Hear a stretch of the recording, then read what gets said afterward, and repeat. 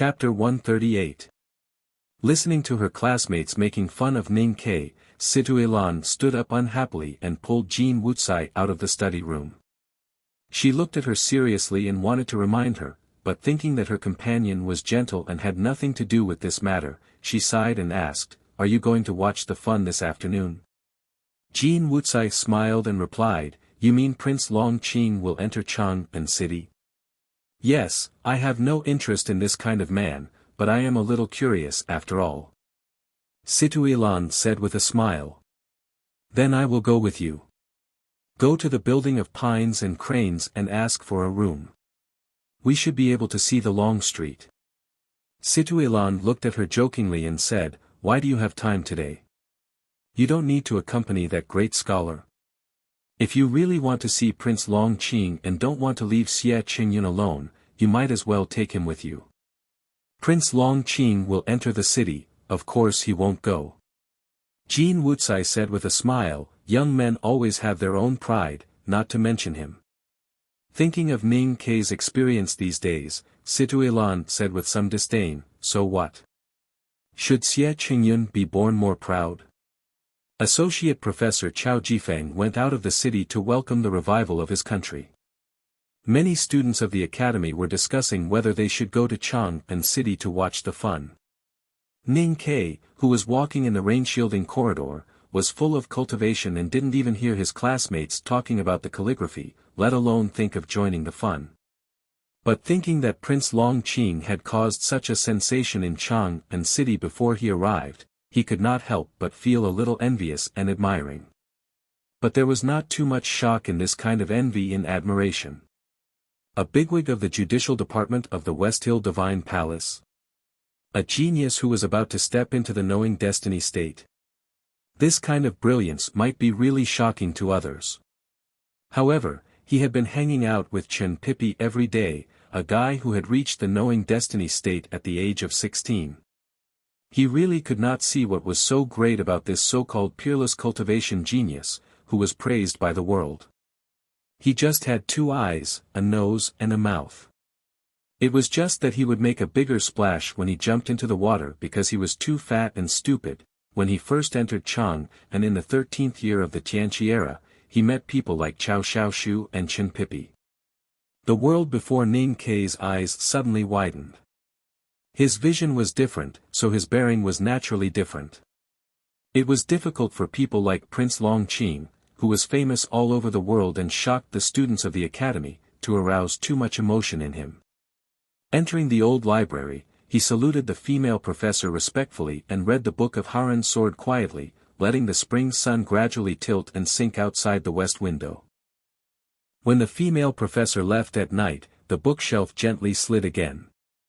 Prince Longqing came to Chang'an today. Ning Ke reminded Chen Pipi. Chen Pipi looked confused. He scratched his head and asked, "Who is Prince Longqing?" Ning Ke was surprised and asked, "You don't know Prince Longqing? Why do I have to know a prince?" Chen Pipi sat down with difficulty and took the small flagon that Ning Ke handed to him. He took a sip and said, "Is this person very famous?" "Quite." Ning Ke stared at his eyes and said, "He is the Prince of Yen Kingdom and the number 2 figure in the judicial department of West Hill Divine Palace. He is also regarded as a cultivation genius like you, so there is no reason that you don't know him." Judicial department? Chen Pipi shrugged and the fat under his cheeks trembled. He replied indifferently, "So what? There are too many idiots who call themselves geniuses in West Hill. Do I have to know every Tom, Dick, or Harry?" Ning Ke looked at him in confusion and surprise and asked, "Didn't you say that you are the successor of West Hill Divine Palace? Even if you have left West Hill for many years, how can you not even know such a person? That is all your blind guess. When did I admit that I am the successor of West Hill Divine Palace?" Chen Pipi put down the flagon and said angrily, "If you insist on thinking so, then there is only something wrong with your IQ. You are not the successor of West Hill Divine Palace." Ning Ke quickly calmed down and looked at him with a smile. He said, "What a pity, what a pity. I was going to ride on your coattails. Chen Pippi was shocked and asked, "When did you show enough respect to a genius like me, so that I can judge that you want to ride on my coattails?" It was just a joke between friends, so no one took it seriously. Ning Ke suddenly thought of something and asked confusedly, "Speaking of which, the relationship between Tang Empire and West Hill is really bad. In the whole world, only these two have the ability and qualification to be each other's opponents. It is not wrong to say that we are hidden enemies. In this case, why does the Academy still accept a guy from West Hill Divine Palace? Aren't you worried that West Hill Divine Palace will peep at your secrets? The Academy never recruits students based on their background, but only on their ability and temperament. This is the so-called education without discrimination. The headmaster of Academy even dares to accept a person like me as an ordinary student, not to mention the number 2 figure of the Judicial Department of Divine Hall." Chen Pippi sneered and then changed the topic. He looked at Ning Ke seriously and said, "The Judicial Department of Divine Hall specializes in suppressing heretics. They are extremely powerful and cruel. The people in it are crazy and crazy. They are not easy to deal with. They dare not do anything in Chang'an, but outside the Tang Empire, they are people who can stop babies from crying at night. Although you don't have to be afraid of them, you'd better not provoke them." Ning Ke saw that he was serious and nodded seriously to show that he remembered. Then he shook his head and sighed, "I heard that the number 1 figure of the Judicial Department of Divine Hall is a woman, who is called Tao Addict. People like Prince Long Qing are already very difficult to deal with. I really can't imagine how difficult it is to deal with that woman. Not difficult, but very difficult." Hearing the 2 words, Tao Addict, Chen Pippi suddenly became excited. He waved his right hand and said, "Yi Hongyu is a pure lunatic. She is not a Tao Addict. In my eyes, Prince Long Qing and the Divine Priest are just some cats and dogs. Even if you offend them, I can still protect you. But if you meet that woman, you must stay away from her, because even I can't wait to hide as far as possible when I meet her." Ning Ke was stunned by his exaggerated reaction. He recalled that Chen Pippi had shown a strange hatred for women in the message he left. He could not help but think that this had something to do with the number 1 figure of the Judicial Department of Divine Hall. He immediately thought of the previous discussion in the study room. All the students said that the beautiful Tao Addict was extremely mysterious and no one knew her name. However, at this time, Chen Pippi casually said the beautiful Tao Addict's name, and he seemed to be very familiar with it. "You said that you are not the heir of the West Hill Divine Palace." Ning Ke looked at him and said with a faint smile, "Unfortunately, you have exposed yourself. If you still insist on saying that, I will think that there is something wrong with your IQ." Chen Pippi was stunned and then said with a disdainful smile, "Do you want to make a bet? Time is the only criterion to test the truth." Ning Ke said this for the 2nd time since he came to Chang'an. Then he added seriously, "Making a boring bet around the truth is like a cultivator using his unique ability to mix in the gambling house to earn money from ordinary people. They are both very stupid things." Chen Pippi was a little confused by these words. He scratched his head and did not say anything for a long time. Ning Ke suddenly frowned and asked, "Today the study room was very lively about Prince Long Qing. I don't understand. Is the knowing destiny state really that great? It is certainly very great for a person to enter the knowing destiny state. There are many people who can cultivate, but how many people can enter the knowing destiny state? You can't find many powerhouses in the knowing destiny state in the whole world." Chen Pippi slightly raised his chin and looked very proud, as if he was saying to Ning Ke, "Look at me, look at me, look at me, I am such a great knowing destiny state master." Ning Ke glanced at him and said with emotion, "So, I am probably misled by you, a rare knowing destiny state master who has no style of a master."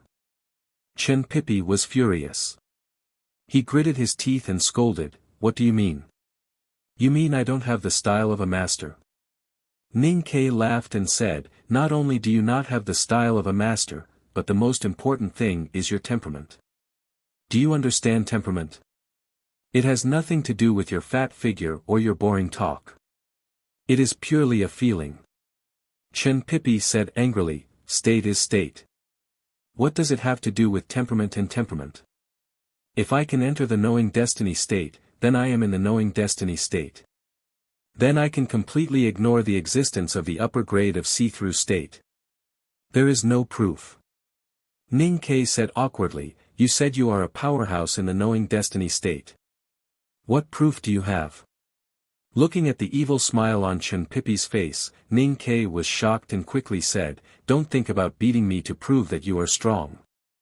You often say that I am a cultivation idiot. Then what can winning against a cultivation idiot prove? How can you prove it? Chen Pipi innocently spread his hands and asked, you find a master in the upper grade of see-through state and I will bully him? That's a good suggestion. Ning Ke said with a smile, do you know Chao Jifeng, the associate professor of the Department of Etiquette? I heard that he is a psyche master in the see-through state. How about this opponent? Beating the instructor. Chen Pipi stared at him and said, do you want me to be beaten by second brother and hung on the wall? Ning Ke pretended to think seriously for a moment and said, it is indeed inappropriate to beat the instructor. How about this, Prince Long Qing comes to Chang'an. Although he is a bigwig in the judicial department of the West Hill Divine Palace, he is just a nobody in your eyes.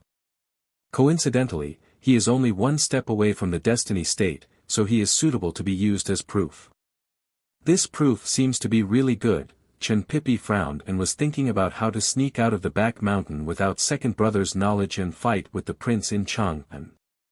Suddenly, he understood and stared at Ning Ke with his soybean-sized eyes. He said with hatred, isn't this a bit wrong? Did you get agitated in the study room and deliberately pick a fight? I have never been a person to pick a fight. Ning Ke's evil intention was directly exposed by him, but there was no shame on his face. He said confidently, you always say that you are a peerless cultivation genius. Now there is another cultivation genius in Chang'an City, and no one knows you at all. On the contrary, everyone admits that Prince Long Qing is the real genius. Then how can you be considered peerless? If I were you, how could I swallow it?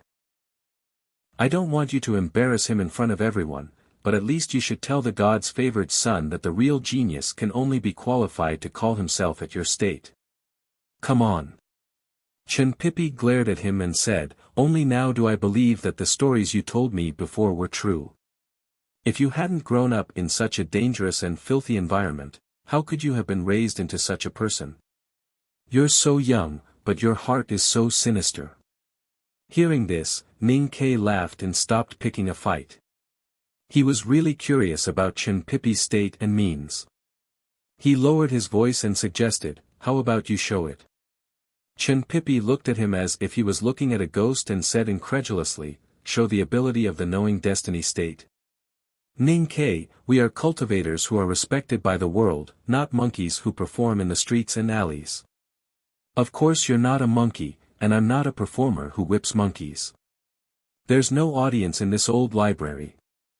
How can it be reduced to a performer? Show me your realm and take it as pointing the way for me. The more Chen Pipi refused to show his state, the more curious Ning Ke was, so he kept persuading him. When he mentioned the words, guiding the way, it was precisely Chen Pipi's weakness. To this friend of similar age, Chen Pipi clearly had a much higher realm than the other party, but he had never obtained the corresponding sense of pride. The other party had never shown any expression of shock or admiration. It was only at this moment that he finally seemed to admit defeat. Not in the old library. After thinking for a moment, Chen Pipi explained very seriously, the books upstairs are all transcribed by the Academy's previous masters. Every word is a divine talisman.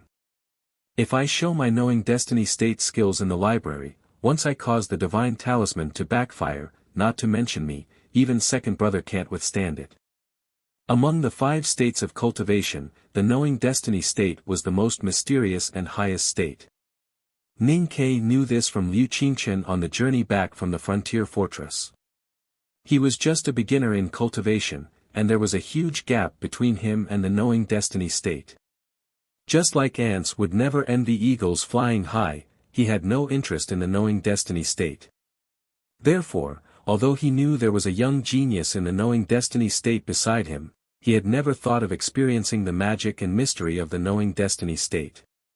Until today, when he heard that Prince Longqing had come to Chang'an City and that his classmates, who usually ignored him, were excitedly talking about the god's favored one, he, who was still a teenager, began to face those distant realms for the first time. Because of envy, jealousy, and of course, a little bit of resentment. He had no such feelings towards Chin Pipi, who had already entered the knowing destiny state, because Chin Pipi was his friend and had saved his life once. However, he had some conflict and disgust towards the talented young man who had always been superior since he was born, just like the Son of God. Perhaps it was the outburst of the hatred of the grassroots towards the rich. Unfortunately, no matter how he persuaded, Chin Pipi still refused to show him the magic skills of the knowing destiny state. As the spring night deepened, he thought that Sang Sang was still waiting for him at home, so he had to go downstairs resentfully. Just as he walked past the edge of the wetland and was about to enter the academy's buildings, he suddenly stopped and stared at the shallow ripples of the water plants under the starlight. Gradually, a strong expression of shock appeared on his face. The wetland of the academy was very shallow and very clear. Walking by the lake in the daytime, one could clearly see countless red carps and black shuttles swimming among the water plants.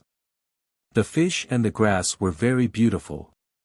If walking by the lake in the middle of the night, when the starlight was shining, one could even see the scales of the fish reflecting the starlight and twinkling in the wetland, weaving an illusory starry sky that was denser and more beautiful than the night sky.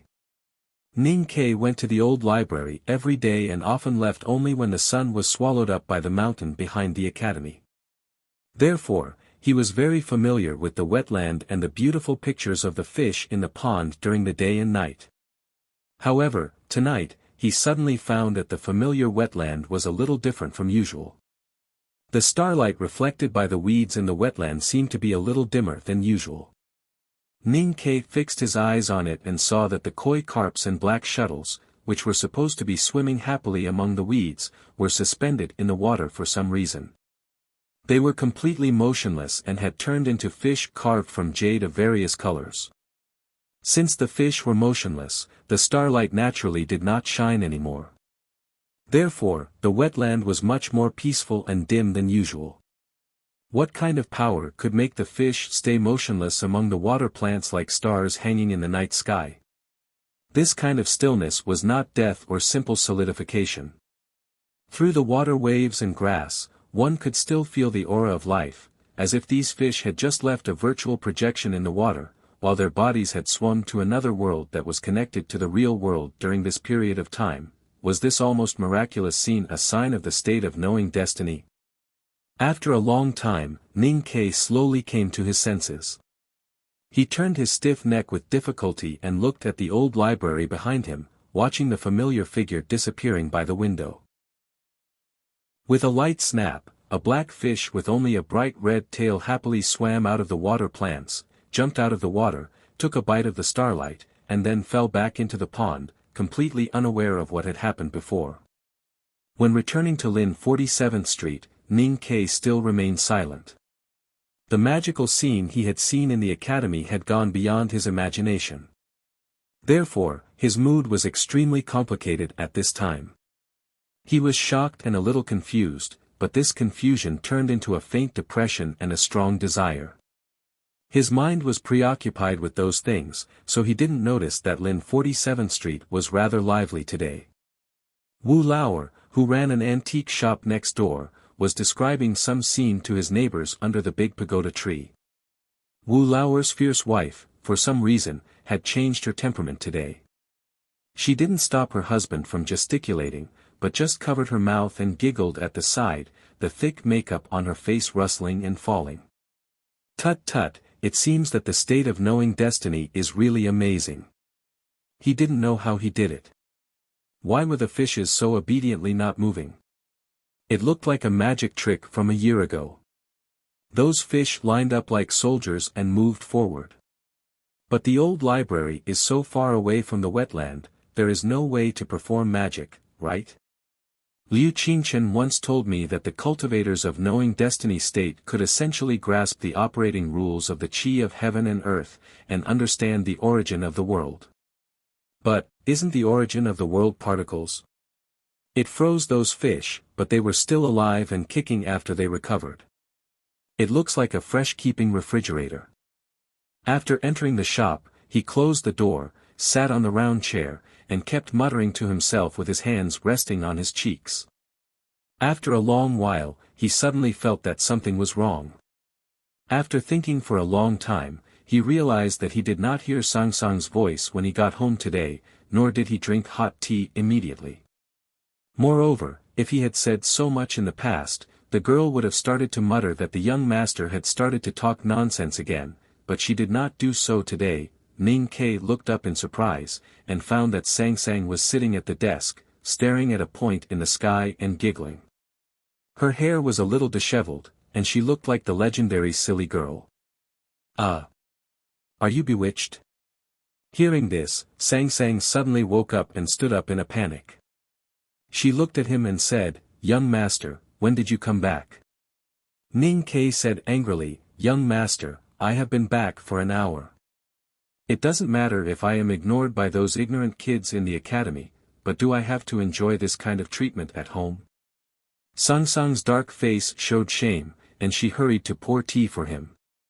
Ning Ke suddenly thought of the hot topic in the academy today. He raised his eyebrows and looked at the back of the little handmaiden. After a moment of hesitation, he asked, "Did you also go to watch the fun today?" Sang Sang poured half of the tea that had been brewed, and then poured hot water into it. She brought it to her lips and gently dipped it in the hot water. After finding that the tea was warm to Ning Ke's taste, she brought it to him and said shyly, "During the day, there was no business anyway, and sister-in-law Wu kept asking me to watch, so I went to have a look." Ning Ke gasped and looked at her little face incredulously. He thought that Prince Long Qing was so charming that even Sang Sang, a 12-year-old handmaiden, was bewitched like this. Sang Sang misunderstood his look and hurriedly rearranged her fluffy hair. She seriously explained, Prince Long Qing's carriage did not take the Vermilion Bird Avenue, but the Tongnan Avenue. The street was narrow and there were many people, so it was too crowded and my hair was squeezed. But young master, don't worry, I didn't bring any silver when I went there, so I am not afraid of being stolen. Is that what I am worried about? Ning Ke angrily reprimanded. Then what are you worried about, young master? Sang Sang opened her willowy eyes and asked curiously.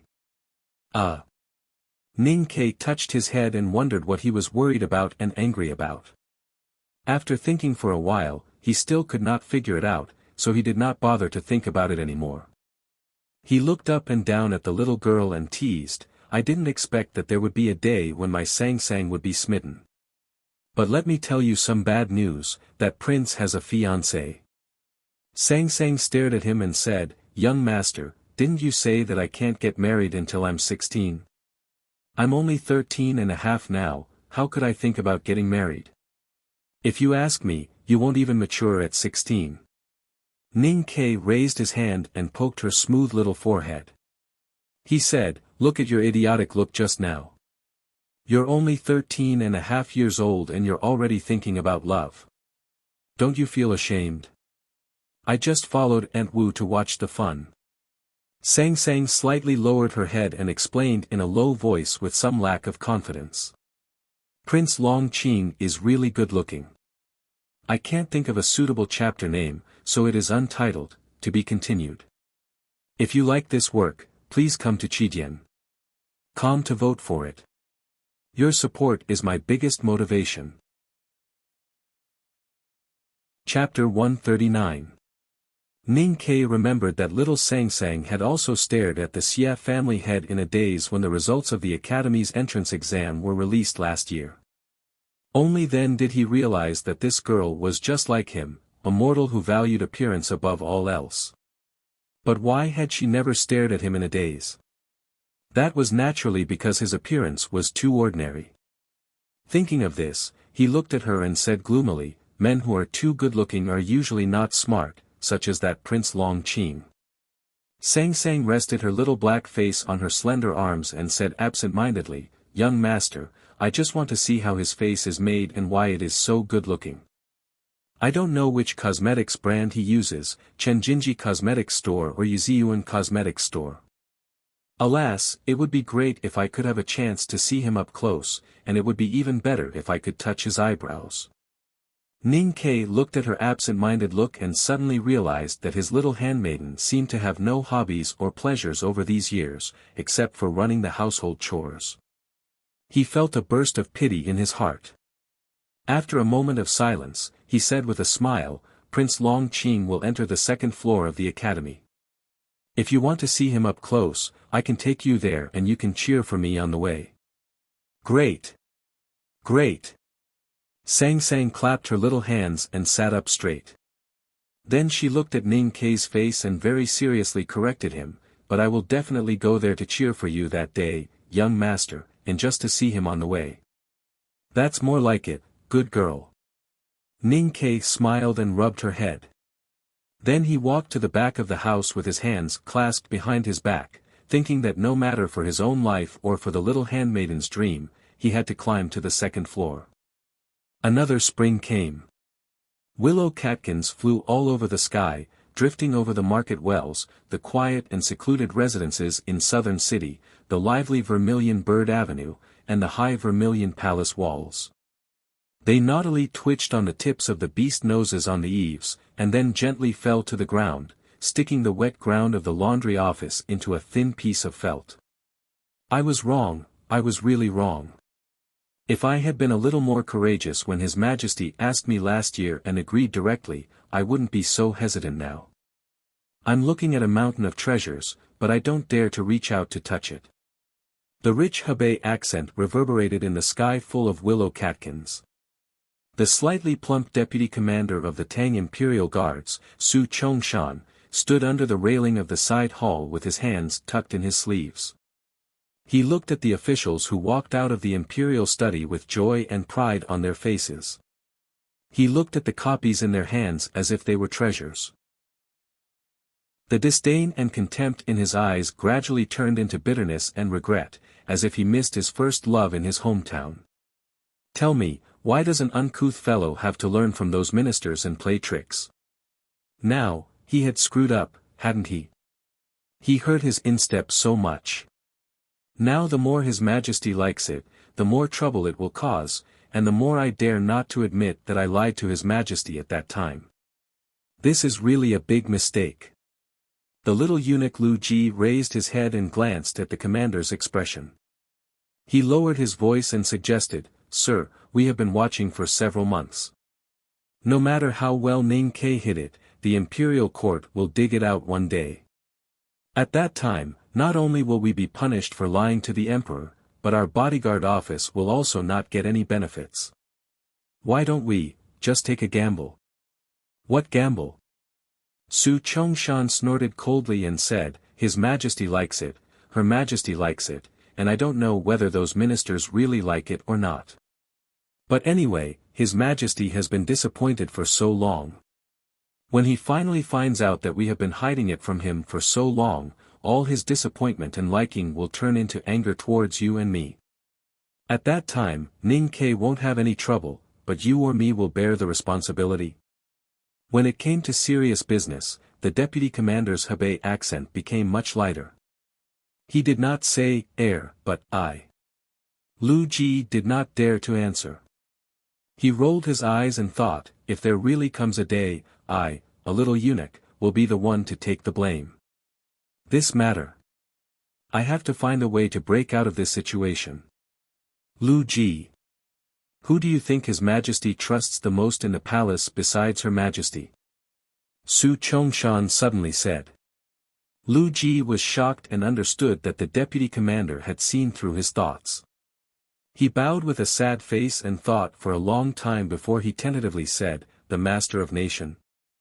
I don't care what you do about this matter, but you have to do it properly. Through the Master of Nation, let His Majesty know who wrote that calligraphy is, but you have to get the bodyguard office out of this matter. Su Chongshan said lightly and then walked towards the palace gate. Lu Ji had taken over such a hot potato. How could he just watch his lord leave without getting involved? With an anxious face, he followed up and said in a low voice, "Lord Commander, it's easy to talk about it, but how are we going to pick it? If I knew how to get rid of it, why would I let you think about it?" Su Chongshan looked back and glared at him. He said angrily, "I'm busy with official business every day. How can I have time to do these little things? It's not some magic weapon or talisman. It's just a piece of lousy calligraphy. How could it make such a big noise? That Prince Long Qing is also a trouble. He even needs me to send troops to Peach Alley to suppress him. He's just a lousy and beautiful young man. Why are all the girls in Chang'an crazy?" The commander flicked his sleeves and left. He faintly heard his complaining voice among the catkins, "The world is so messy." The peach blossoms in Peach Alley in Chang'an had not yet bloomed. The peach blossoms outside the Jingyuan Cemetery in the suburbs of the city had just borne numerous pink buds. The Jingyuan Cemetery was located among the green forests and secluded mountains. Those who were qualified to be buried here were basically officials of the Tang Empire or wealthy businessmen and celebrities. It was the season to go hiking and sweep graves. The cemetery was surrounded by smoke that could not be blown away by the wind. The ashes of paper money that were still warm were piled up in front of the fire screen at the edge of the forest. A tall and thin middle-aged man in a gray robe stood on the top of the cemetery and looked down quietly. He waited for the people in front of the stone grave to leave before he slowly walked down. Looking at the glorious resume of Zhang Yiqi, the censor of the Tang Empire, on the tombstone, the middle-aged man in a gray robe was silent for a moment. Then he walked to the side of the grave and slowly stroked the freshly pulled grass with his right hand. The surface of his palm was very close to the fresh grass and stubble, but did not completely touch. The tall and thin middle-aged man in a gray robe was Lin Ling, a master in the northeast border military of the Tang Empire. He was a Psyche master in the see-through state. He arrived in Chang'an at the beginning of last winter and began to secretly investigate the death of Zhang Yiqi and others. In the past 6 months, he had read many files about the 3 murder cases through his acquaintances in the military ministry. He had gone to the blacksmith workshop in the east of the city and the small building by the lake in the south of the city several times. As for the Jingyuan Cemetery, this was the 4th time he had come. There were some doubtful points in the files about the last 2 murder cases. The most doubtful point was that the real murderer had not been caught. However, this master of the border military did not find any connection between the 2 files. Moreover, he was secretly investigating under the order of General Xiahou. Before he found conclusive evidence, it was inconvenient for him to communicate with the relevant departments of the imperial court. Naturally, there was no way for him to get help from those departments, such as the Chang and local government. As for the file about the death of censor Zhang Yiqi, he had read it many times. However, he did not find any problem at all. It seemed that an old censor who was afraid of his wife had a traffic accident when he ran out of the brothel in a hurry. He did not know that because the censor's wife did not let go of the House of Red Sleeves in the beginning, the Chang and local government had made a very solid record of this file. Not to mention him, even if the imperial court sent professionals to read it, they could not find any problem in the file. If it was an ordinary person, he might directly leave Chang'an and return to the northeast border military camp to submit his own judgment after several months without finding anything strange. However, Lin Ling was not only a master in the see-through state, but also a soldier of the Tang Empire. Before he was completely sure, he had enough perseverance and patience to persist. Moreover, he knew better than anyone else that General Xiahou and military counselor Gu Shi would never accept any ambiguous conclusion. Before he left, military counselor Gu Shi had told him that the death of censor Zhang Yiqi was the most critical of the 3 murder cases in Chang'an City. The general did not need him to find out whether there was any connection between the 3 murder cases. He only needed him to confirm whether censor Zhang Yiqi really died in a traffic accident, and there was no other doubt. The suburbs of Chang'an City, the tombs of the dignitaries. Lin Ling quietly looked at the tombs in front of him and slowly frowned. He sighed in a voice so low that it was almost inaudible. Since we can't ask the Chang'an local government to open the coffin and examine the corpse, and we can't open the tomb by ourselves at the risk of the imperial court's investigation and anger, then how can we find out whether the censor died in the coffin or not? Although he found nothing and seemed to be in a dilemma, he still did not choose to leave. Instead, his face gradually revealed a determined expression. He took a few steps back, lifted the front lapel of his green robe and sat on the ground. What he was going to do next would cause great damage to his cultivation, and it was similar to looking for a small stone in the haystack. What was more troublesome was that he did not know whether the small stone was in the haystack or not. But he still decided to do so, because only by doing this could he convince himself to leave Chang'an City. In this way, the powerhouse in the see-through realm from the northeast border military of the Tang Empire sat down among the tombs. He let the willow catkins gently fall on his lapel, and let the new green peach buds look at him mockingly on the branches. He sat there from morning to afternoon. His shadow became slanted and shrank, and his face became paler and paler. After an unknown period of time, Lin Ling slowly opened her eyes and looked at the tomb of the censor not far in front of her. Her face revealed an extremely shocked expression, but her eyes were filled with doubt and some relief. It was as if she had confirmed something, confirmed a certain speculation, and felt relieved. He raised his sleeves and gently wiped the sweat that was about to drip down from his eyebrows. He struggled to stand up, held his tired waist, took a deep breath of the air mixed with the smell of smoke over the tombs, and slowly walked towards Chang'an City. The next day, the tranquility of the tomb of the censor Zhang Yiqi was disturbed again. The person who came was not the fierce wife who cried yesterday, nor the plump concubines who cried but had no tears, but Lin Ling and several runners of the Chang'an local government. Today, Lin Ling did not wear the green casual clothes, but the military uniform of the Tang army, which made him look particularly neat and strong. He turned around and bowed to the runners of the Chang'an local government, and said softly, "Your Honor, since I am willing to use my head as a guarantee, may I ask when we will open the coffin?" The runners separated, and the prefectural magistrate of Chang'an City, Shangguan Yangyu, frowned and walked out. The person is on the journey, updated regularly, to be continued. If you like this work, you are welcome to vote for it and vote monthly. Your support is my greatest motivation. Chapter 140. Because of the frown, Shangguan Yangyu's triangular eyes looked even uglier. He gently stroked the sparse beard on his chin and looked at Lin Ling with disgust.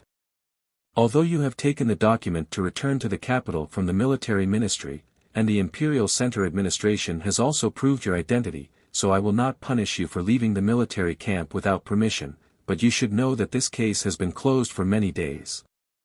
What kind of argument is it to open the coffin and re-examine it because of your groundless words? Hearing this, Lin Ling knew that the conversation between them and the Chang'an local government was not smooth, let alone pleasant. After a short silence, Lin Ling said softly, "Prefectural magistrate, if the Chang'an local government insists on not opening the coffin and re-examining it, I have to ask the military ministry for help." "Are you using the military ministry to threaten me?"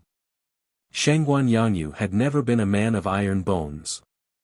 But now that he had the opportunity to sit in the position of the head of the Chang'an local government, he was not willing to lose face in front of his subordinates. He sneered and reminded, "The censor is buried in the tomb. Even if there is a change in the case, it is still a problem for the security of the capital. If I don't say anything, even the military ministry has no reason to intervene. Do you want me to go to court with your general?" Lin Ling thought of the military counselor's advice before he left and looked at the prefectural magistrate of Chang'an. He suddenly understood something and said with a smile, "Sir, I just found some doubts, so I told the Chang'an local government. I think since you are willing to come to the cemetery, you must have some intentions. But I don't know what you need me to pay attention to. Please tell me directly." Shangguan Yangyu looked a little better. He stroked his beard and thought for a moment. Then he said expressionlessly, "There are doubts in any case, no matter if it's the censor or the common people. I'm in charge of the Chang'an city's officials and people on behalf of His Majesty. Of course, I have to make a serious judgment. But you have to know that this has nothing to do with the military ministry or General Xiahou." Lin Ling understood the hidden meaning in the prefectural magistrate's words. After thinking for a while, he lowered his voice and asked, "I have other business to attend to, but I accidentally found something wrong with the censor's remains in the tomb." "That's right." Shangguan Yangyu glanced at him indifferently and said, "And you must remember that no matter what the result of opening the coffin is, before we find the real suspect, we can only investigate in secret. Especially, we can't let the lady in the censor's mansion know about it." "Your Honor, I didn't find anything suspicious." Shangguan Yangyu heard this and looked at Lin Ling, who was silent beside him. There was no anger or disappointment in his eyes after being flirted with. There was only questioning because he knew that things were definitely not so simple. Lin Ling looked at the coroner and asked, "Did you check the censor's head?" Of course, the coroner didn't know his identity, so he answered very impolitely. After a long silence, Lin Ling looked at Shangguan Yangyu and said, "There was a hard object in the censor's skull. Now I'm not sure if it was an iron nail or some other weapon." Shangguan Yangyu looked at him and sneered. He thought that his subordinates would never be greedy for this first credit. As long as it was delayed for a while, Lin Ling couldn't hold it anymore. He said indifferently with a slight mockery, "I heard that a psyche master using psyche power to check the remains of the dead is an extremely inauspicious and taboo thing. I can understand that you have been silent before." Lin Ling's face was slightly pale. He laughed bitterly and said, "In order to maintain the dignity of the law of the Tang Empire and redress the grievances of the officials of the empire, some rules can only be ignored at this critical moment." "Well said." Shangguan Yangyu raised his chin slightly and said indifferently, "So if there is anything else, you'd better tell us in advance. Don't let my people waste time and energy." Lin Ling calmly agreed and no longer tried to cover up. He directly led Shangguan Yangyu and the coroner to the side of the black coffin. He raised his arm and pointed at the head of the corpse covered by the cloth. He said, "It should be shrunk into the scalp, so it can't be seen with the naked eye. You can find the problem if you remove all the fur and scalp." The government coroner opened the coffin and examined the corpse. He also paid attention to the dead and rarely disemboweled, not to mention that the one lying in the coffin was the censor of the Tang Empire. Hearing that he was going to peel off his scalp, the coroner couldn't help but look at the prefectural magistrate awkwardly. He rubbed his hands and asked, "Your Excellency." "Do it." Shangguan Yangyu said indifferently, "If you can't find any problem, someone will naturally take the initiative to apologize to the imperial court. The anger of the censor's mansion will never fall on a nobody like you." Lin Ling silently stood beside the coffin and shook his head with a bitter smile. He thought that this person didn't forget to emphasize it at this time. He didn't look like the prefectural magistrate of Chang'an City, but more like a vulgar village official. At this time, the officials and runners of Chang'an local government all surrounded the coffin and drove away the curious cemetery workers. They looked at Qian's action and couldn't help but wonder what was under the scalp. The censor's corpse in the coffin had long been rotten. The cloth that tied his hair was lost and the scattered and withered hair stuck to his scalp. Qian's carefully removed the hair and the mud-like scalp below. Then he splashed water on the yellowish-white skull and wiped it several times with a piece of cloth. A very small wound appeared on the top of the skull. It was unknown whether it was dirty blood or congealed rotten flesh. As the cloth was wiped and the water was washed, it became clearer and clearer until the thing in the wound could be seen. The officials and runners around the coffin all held their breath. Shangguan Yangyu frowned more and more. As the coroner moved the sharp tongs in his hand, everyone's body became more and more nervous and stiff. Like a rusty knife being pulled out of a bone, a shrill and horrifying sound came from inside the coffin. The coroner's forehead was covered with sweat. One of his hands was pressed against the corpse's skull to prevent it from being torn off, while the other hand slowly exerted force. Finally, he pulled out the hard object hidden in the imperial censor's skull. It was a very long iron nail. It was unknown whether it had been soaked in blood or corpse water for too long. The iron nail was covered with rust, but the front end was still extremely sharp. Looking at the iron nail in Yuan Shizue's hand, the people around the coffin all sucked in a breath of cold air. It was as if they could see the horrifying scene of a cold iron nail being hammered into the head of an imperial censor on a certain day last year. They couldn't help but shake their heads in shock and horror. Some people even subconsciously shrank their necks. Lin Ling stood next to the coroner in silence. Because among all the people present, only he could basically know what he would see at this moment. He looked at the prefectural magistrate of Chang, and who had an extremely ugly expression, and said calmly, "Your Excellency, the suspicious point has been revealed. The following investigation is the matter of Chang and local government. I will no longer participate in it." Shangguan Yangyu stared at the rusty nail for a long time and suddenly raised his head to look at the person.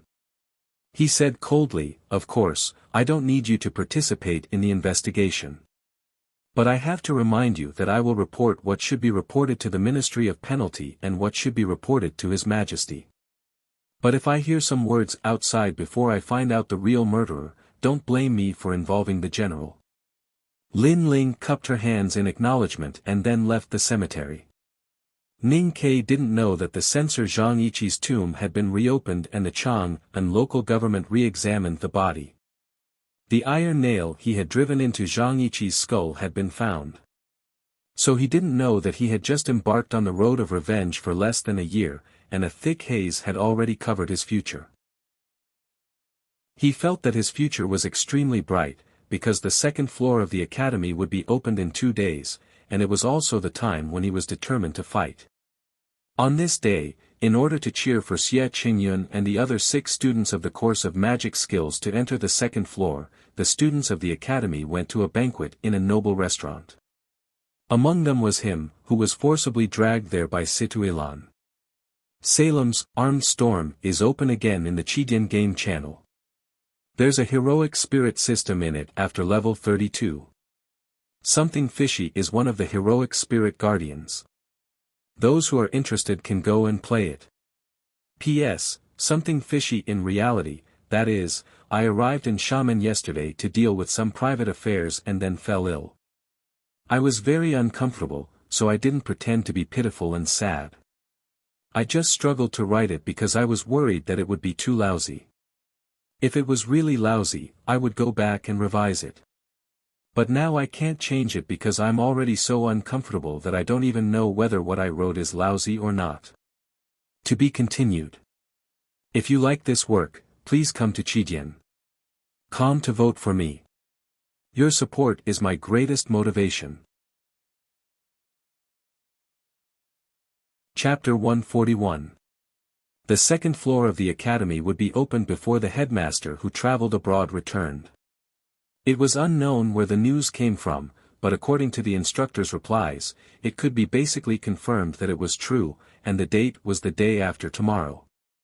Everyone knew that it was difficult to enter the second floor of the academy, as difficult as ascending to heaven. The students knew that they probably wouldn't encounter Haotian's blessing. The students who could enter the second floor should be Xie Qingyun and the other 5 arcane science students. Therefore, after school, some people began to make a ruckus to cheer for the 6 of them. This matter had nothing to do with Ning Quebec. As a classmate forgotten by the academy and a nobody marginalized by the students, no one could think that his whole mind was also on the second floor. After the bell was dismissed, he wanted to go to the old library to ask Professor Yu Orchin Pippi. He wanted to know if it was possible for him to enter the second floor with his current state. Unexpectedly, he was dragged out of the academy by Situ Lan before he left. In Miss Situ's words, no matter how unsociable you were, you still had to participate in such group activities. Even if you were excluded by your classmates, if you often appeared and did not wander in the woods and meadows like a lonely ghost as usual, then there would be a day when the resentment of that day would be resolved peacefully.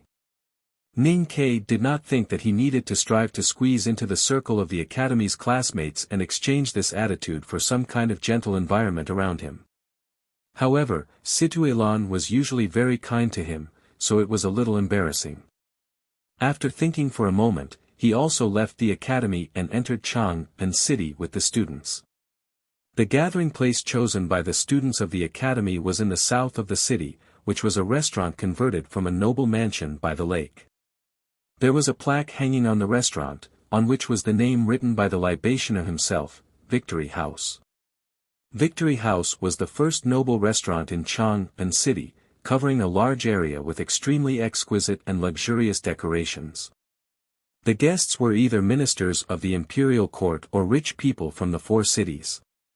If it were not for the academy's reputation, it would be extremely difficult to even book a heavenly dining platform outside the mansion. Now it was spring and the grass was long. The old pear wood outside the mansion was hung with layers of gauze, which danced in the spring breeze. The scene was extremely beautiful. More than 100 young male and female students smiled against the railing, chuckled around the lake, or lifted the gauze to walk, which suddenly turned this place into a wonderful place for youth and singing. Ning Ke stood in an inconspicuous corner, holding a small teapot in his hand, calmly watching his classmates who were playing in the spring breeze.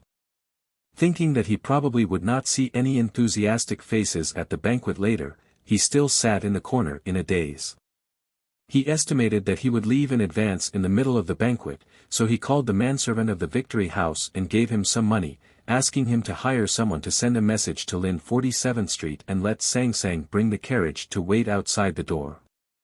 After a long time, the students who were in the limelight chose the most elegant and unrestrained table by the railing, and the students who were in the heat of love looked at a secluded place in the bamboo forest behind the curtain.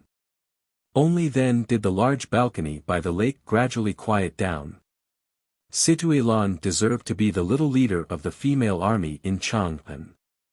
She stood up and said a few words in a natural and unrestrained manner, nothing more than wishing the 6 students of the course of magic skills to achieve good results the day after tomorrow, and wishing all the classmates to make progress in their studies and so on. As soon as she finished speaking, all kinds of fruits and exquisite food were served like flowing water. The students began to drink and have fun. In the most lively place, they could clearly hear the students' earnest expectations and light flattery to Xie Qingyun and other 5 people. I heard that the second floor only recruits 1 person this time. Linchuan Wangying still looked childish. Looking at those big brothers and sisters around her, she then turned to the side and timidly asked, was it the same rule before? Xie Qingyun smiled and looked at the classmates around him. He calmly replied, the rule of the second floor is different every time it opens. It is possible to recruit only 1 person this time. It is quite difficult, so I will try my best to live up to the expectations of my classmates and the teacher's painstaking teaching. Zhong Dajuan opened the folding fan with a snap and said with a loud laugh, Qingyun, you have now entered the no-doubt state. Even Professor Chao calls you the first person in the course of magic skills and thinks that you have a great chance to enter the second floor. If even you have no confidence, then who else can enter the second floor this year? Thinking of this, Linchuan Wangying could not help but look a little gloomy. Immediately, his youthful face showed undisguised envy to Xie Qingyun and said, Brother Xie, when you enter the second floor in the future, you must remember to tell everyone what it is like inside. I am really curious. Xie Qingyun gently smiled and patted the teenager's shoulder, saying, you are still young. Even if you can't enter the second floor this time, you will enter it next time. You don't need me to inquire about it for you. At this moment, there came a rush of hooves outside the Victory House. The students at the lakeside banquet did not care about it. Every day in Chang'an City, they could see several groups of cavalries galloping. Only Ning Kai, who sat quietly in the corner, looked up at the source of the hooves, because he could tell that these cavalries were not the Yulin Royal Guards, but the frontier army who had really seen blood on the battlefield. A moment later, a young general dressed in military attire walked up to the lakeside terrace under the lead of a few subordinates. He looked at these students drinking and having fun in the spring breeze, his brows couldn't help but furrow slightly. He directly lifted the veil curtain and charged into the even more quiet and secluded depths of the courtyard. Several Tang soldiers carried a smell of iron and blood, which was very different from the relaxed atmosphere on the lakeside terrace. When they appeared, the voices of the academy students subconsciously lowered. These officers were dressed in military uniforms and light armors. They strode forward, looking extremely valiant. They even caused a few tables to tilt, which made the students of the academy a little unhappy. The Tangs valued military achievements and most loved and admired the frontier army who bathed in blood and guarded the gate of the country. On ordinary occasions, even the ministers of the court would only smile and not care about the slightly reckless actions of these officers. However, the academy students at the lakeside gathering today were extremely young and more or less had some arrogance in their bones. Some students could not bear the anger in their heart and sneered at the backs of those officers. Even if Su Shi came here in person, he would not dare to be disrespectful to our academy. These officers really don't know how powerful I am. Su Shi was the Defender General of the Tang state and undoubtedly the first person in the imperial military. But in the eyes of these proud academy students, he did not seem particularly powerful. The Tang officers who were walking forward suddenly stopped when they heard this. The leading young general turned his head and looked at the academy students around with slightly cold eyes. After a moment of silence, the young general said faintly and mockingly, "So you are the academy students.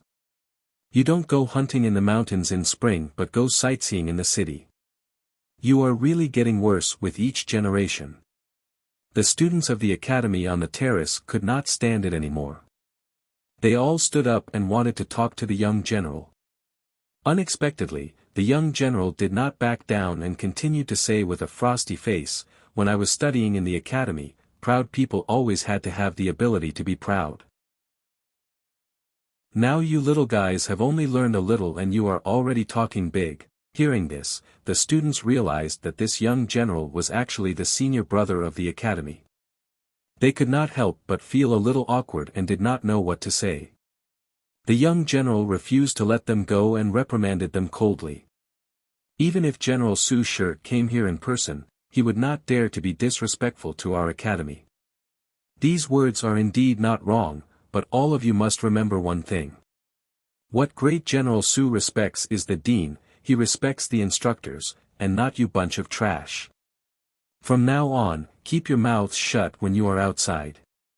If I hear any academy students talk big outside, don't blame me for beating you up according to the academy rules.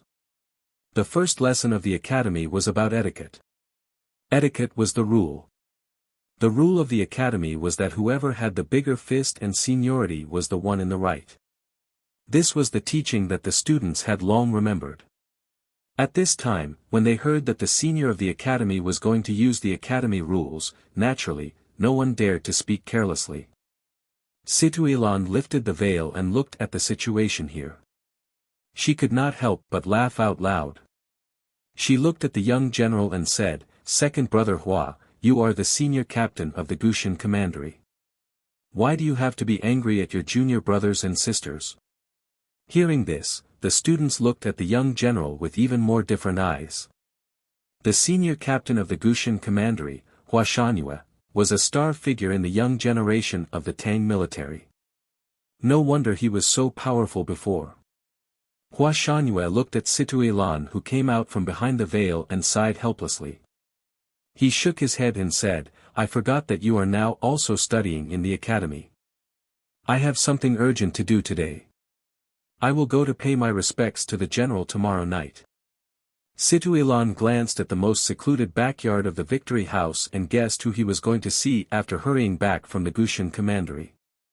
She smiled and said, I'll go in to pay my respects later. It's no problem for you to go. Hua Shangyue glanced at the academy students around and suddenly saw a somewhat familiar face in the corner. He was slightly startled but did not say anything. He continued with a smile, it's okay to bring Wuxia, but other irrelevant people should not be brought in. Here are all the outstanding talents of the academy. Situelon said with a smile and reminded him without a trace. Hua Shangyue smiled gratefully and understood what she wanted to say. He raised his fists to salute and hurried away. When they were drunk, the lively place became livelier and the desolate place became more desolate. Situelon used some method to avoid the eyes of her classmates and quietly went to the most inconspicuous corner behind the veil. She looked at Ning Ke, who was half of his body looking for frogs, and frowned. She said, why don't you want to talk more with them? Their faces are disgusting and their words are boring. Ning Ke looked at the water reptiles on the moss of the lake and sighed regretfully. He turned his head to look at her and said, this is probably how they see me. If that's the case, why should I go over and affect their appetite? Situelon looked at him seriously and said, these months you have been wandering like a lonely ghost. I really don't understand. Don't you want to clear your name and tell the whole academy that you didn't avoid the battle in the semester exam? The semester exam bet is really a very boring thing. Of course, I am not used to being wronged. But since I have been wronged, it will be too weak to go to the fun and harmonious. It will be disgusting. Ning Ke said with a smile, I will clear my name. Situelon asked, when? Ning Ke thought for a while and then answered with some uncertainty, maybe, the day after tomorrow. To be continued. If you like this work, please come to Chidian. Come to vote for me. Your support is my biggest motivation. Chapter 142. When the second floor opened and everyone was silent, you suddenly stood up and said with a smile, I can. Situelon looked at him and shook her head with a smile. She sighed and said, the picture is beautiful and the story is wonderful. But it's a pity that you and I are both poor people who can't cultivate. I can. Ning Ke thought that the girl by the railing would not believe him even if he said it. He smiled gently and changed the topic. He looked at the lively place on the other side of the veil and said slowly, if the second floor only recruits one person this time, then I don't understand why they are so happy.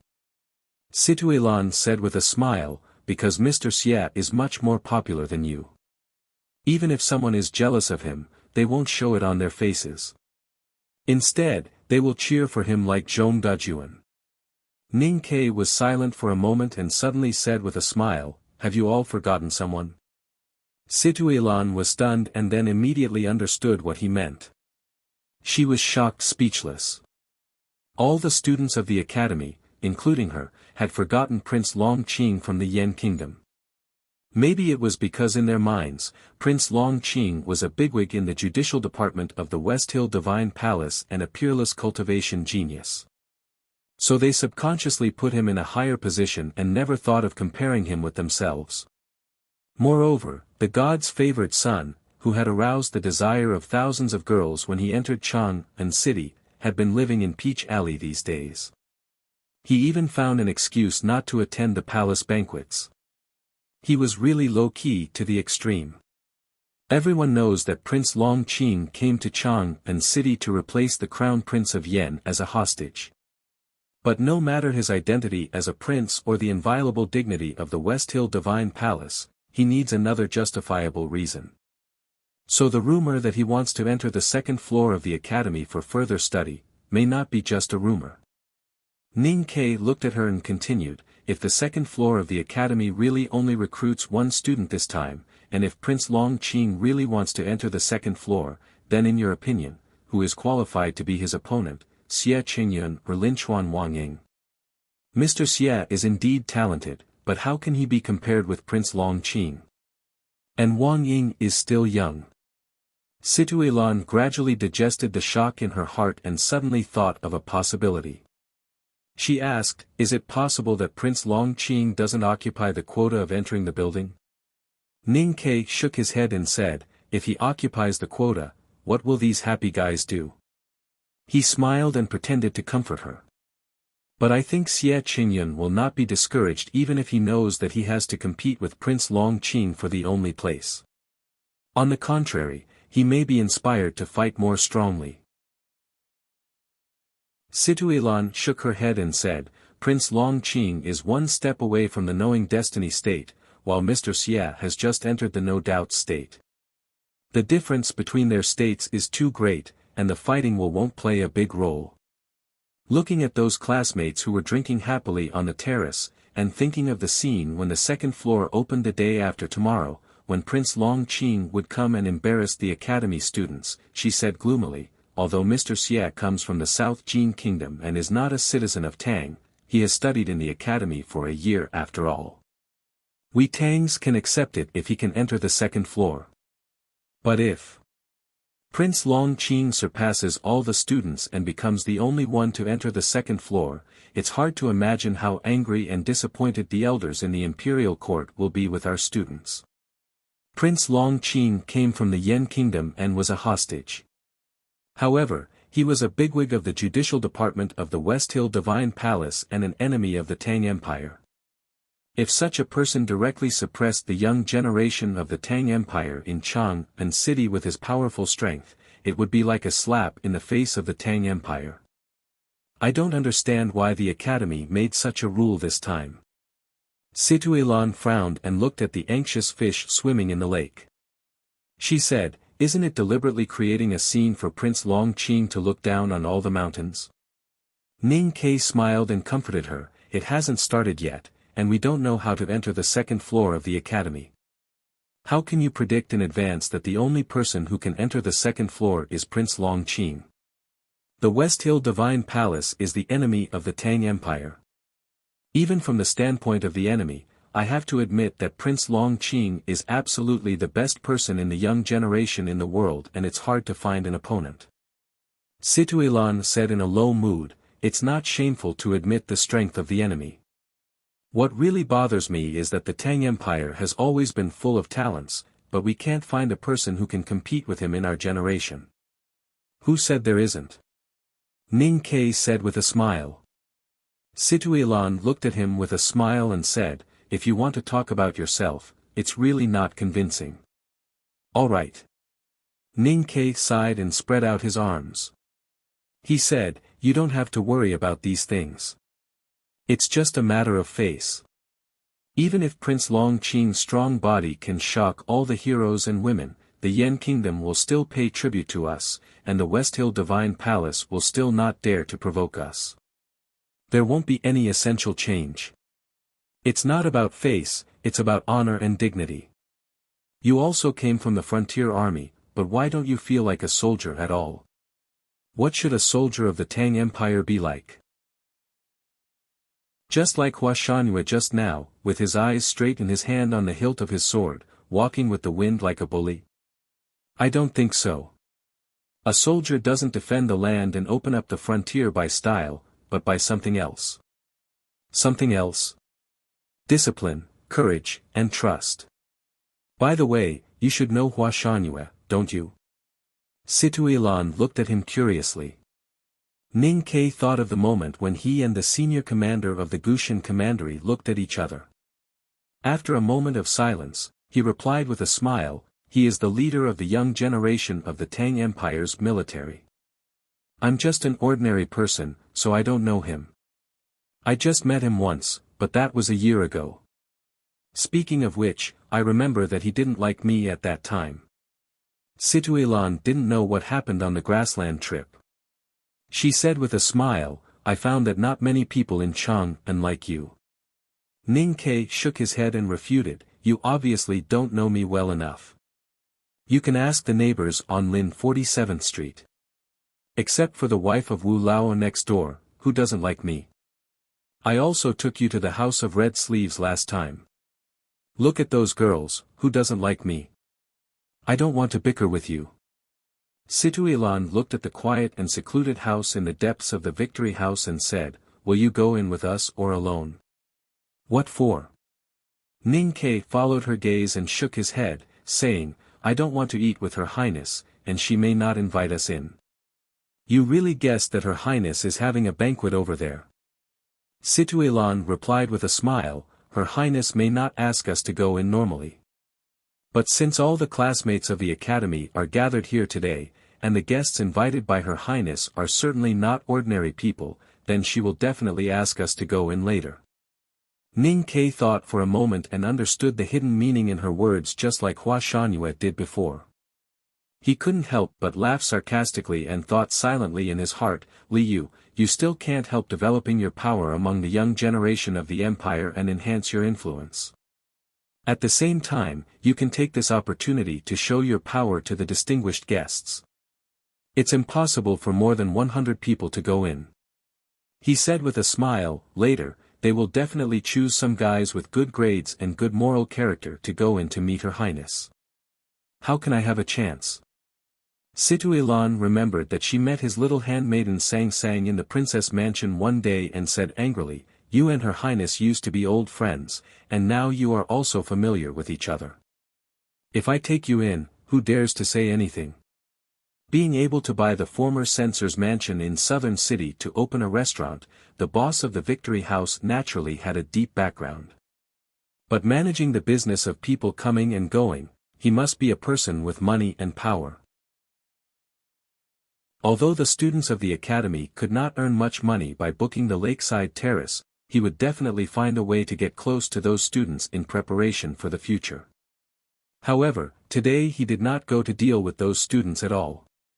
Instead, he respectfully waited outside the second door like a manservant. Dozens of handmaidens and servants carried food plates and utensils and walked between the quiet houses. They were well trained and did not make the slightest sound. In the house, only the rustling sound of the wind blowing the treetops could be heard. The boss of the Victory House stared at everyone's movements with his sharp eyes. After confirming that there was no problem, he slightly relaxed and raised his arm to wipe the sweat on his forehead. Being able to book the most quiet and the most expensive backyard of the Victory House, and being able to make the boss of the Victory House willing to serve as a manservant, it could be imagined how distinguished the identity of the guests and hosts of today's backyard banquet was. The host of today's banquet was Her Royal Highness the 4th Princess of the Tang Dynasty, Li Yu. The guest she invited was indeed a distinguished guest. And if there was no accident, after this guest left Chang'an City, he would never have a chance to return to Chang'an in the rest of his life. At the end of the shiny ebony floor, 2 low tables were placed opposite each other. On the left side, behind the low table sat a young man. He was dressed in plain green clothes with a jade hairpin in his bun. He had straight eyebrows and bright eyes, looking extremely calm and gentle. Only a few strands of silver hair could be faintly seen in his hair, inadvertently revealing the depression of these years. The crown prince of the Yen, who had been a hostage in Chang'an City for nearly 10 years, calmly looked at the Tang dynasty's Princess Li Yu opposite him. He picked up the wine glass at hand and slowly and firmly drank it up. Then he sighed and said, in the 4th year of the Tianqi era, I went to Chang'an to travel. In the 6th year, I came back to Chang'an City as a hostage. Counting with my fingers, I have known your highness for 10 years. Although you went to the grassland for 2 years in between, we grew up together. I don't know when we can meet again. I can't help but sigh. Brother Chongming, you and I both know that if you still want to meet in Chang'an City, there must be only 2 reasons. In this case, it's better not to meet, or if there is a chance, I will go to capital Cheng to visit you. Li Yu smiled slightly, picked up the small wine glass that she had been playing with for a long time, and took a light sip. During the dinner, both of them knew that Crown Prince Chongming would inherit the throne after the death of the Yan Emperor. If the king of a country still wanted to enter Chang'an, the capital of the Tang Empire, then there were only two possibilities. One was that the Yan kingdom was destroyed by the Tang Empire, and as the king of a dead country, he was taken to Chang'an city as a prisoner of war. The second was that he led the Yan kingdom army to attack Chang'an city. Of these two possibilities, the former was too bleak, and the latter was too impossible. So Li Yu said it was better not to meet. It's better not to meet. The crown prince of the Yan smiled slightly and said, as you said, if something happens in the future, you can go to capital Cheng to see me. At that time, I will be the host and treat you to some new things. It's not a child now. How can I only be greedy for food? Li Yu smiled and said, but in the future, brother Chongming, you will be the king of a country. If I ask you for something, it will be convenient. One was the legitimate heir to the throne of the Yan kingdom, and the other was the princess with the highest status in the Tang Empire. It seemed that they were just talking about some childhood friendship before they parted. In fact, who knew which sentence hid the disputes in the future? The crown prince of the Yan kingdom was silent for a while, and a bitter smile appeared on his thin face. He raised his glass and said in a low voice, the king of a country, is not so easy. I have lived in Chang'an city for nearly 10 years, and have long been accustomed to the climate and customs here. In fact, I really don't want to go back. Brother, your words are not appropriate. The Yan emperor is old and in poor health. Li Yu shook her head gently. What's wrong? Father didn't like me at that time, so he sent me to Chang'an as a hostage. He didn't have any sadness or pain. For 8 years, I lived in Chang'an city in silence and low-key. Did capital Cheng send me a letter of condolences? In fact, the entire Yan kingdom has long forgotten me. The crown prince of the Yan raised his glass and drank it up. A touch of pain flashed in his eyes. I spent 2 years on the grassland. At that time, I was also worried that Chang'an city would forget me. But it turns out that as long as you are still alive and come back, then even the distant and faint memory will be picked up again. Li Yu looked at the crown prince of the Yan firmly and said, Brother Chongming, it was you who gave me the idea to go to the grassland and let me stay out of it. I got great benefits. Now brother Chongming is about to return to the country, I naturally have to give you some gifts. But I know you are not willing to accept them. But you must remember one thing. No matter how bad the situation in capital Cheng is, you are the eldest prince after all. No one can take away the throne that belongs to you. The crown prince of the Yan looked back at her calmly. Thinking of her hard work for his younger brother over the years, he could not help but feel slightly sad. After a self-mocking smile, he said, the problem now is not that someone wants to take away my throne, but that this throne does not belong to me. In the eyes of all the people of Yan, my wise and mighty brother is more suitable to sit on the throne than this cowardly crown prince who has been imprisoned in Chang'an for many years. After a moment of thought, he continued softly, although I have left capital Cheng for many years, I still remember some things clearly when I was a child. Longqing seemed to be a genius since he was born. Whether it was riding, shooting, poetry or even cultivation, it seemed that there was nothing in the world that he could not do. Compared with him, I, the crown prince, have nothing special. So my father likes him and dotes on him. It has become a very natural thing for the ministers to trust and rely on him. What's more, he is now a bigwig in the judicial department of the West Hill Divine Palace. The crown prince of the Yan looked at Li Yu and said, from the day he entered the Revelation Institute of West Hill, Longqing's mother's family began to build momentum in capital Cheng. Now this momentum can no longer be suppressed by human power, because he has strong support from outside, and the strong support comes from West Hill. I am still confused, but I will work hard. To be continued. If you like this work, please come to Chidian. Com to vote for me. Your support is my greatest motivation. Chapter 143. It was quiet in the quiet house. Li Yu looked directly into the eyes of the crown prince. After a long time, she gently opened her lips and said slowly, "We can't do anything without strong help from outside. Long Qing has the West Hill Divine Palace behind him. If you are willing, I believe my father will not mind sending a letter of credence to your father." In this world, only the Tang Empire had the power to compete with the West Hill Divine Palace. However, the crown prince did not move or show ecstasy when he heard this. Instead, he fell into a long silence. "Although I don't understand why the West Hill Divine Palace agreed to let Prince Long Qing enter Chang'an City to replace you as a hostage, and I don't want to think about his purpose of entering the second floor of the academy. I only know that the current situation is extremely favorable to you. It is difficult for him to control capital Cheng in Chang'an. Isn't it your opportunity?" Li Yu looked at the crown prince's slightly drooping eyelashes and said calmly, "The West Hill Divine Palace is indeed a wonderful and holy place. The bigwig of the judicial department is really great. Perhaps many people in the Great River and South Jin Kingdom are laughing at the absurdity of the Tang Empire to take such a person as a hostage.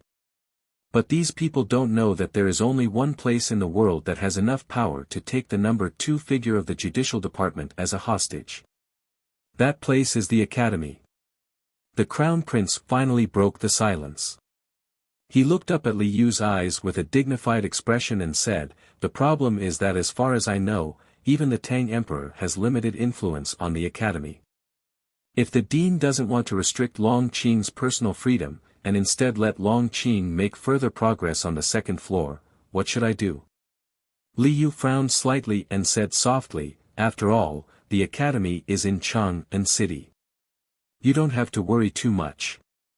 This has nothing to do with worrying too much." The crown prince of Yen replied calmly, "I know better than anyone what a proud person Long Qing is. People like him are willing to give up their pride and agree to accept the assessment to enter the second floor of the academy, which shows that the academy is a very important place for him. What Long Qing is best at is turning all the people or things that he thinks are important to him into his help. Are you worried that if Long Qing enters the second floor of the academy, the people in the academy will support him?" Li Yu shook her head firmly and said calmly, "The academy has never intervened in the internal affairs of the empire, let alone the fight for the throne of a foreign country."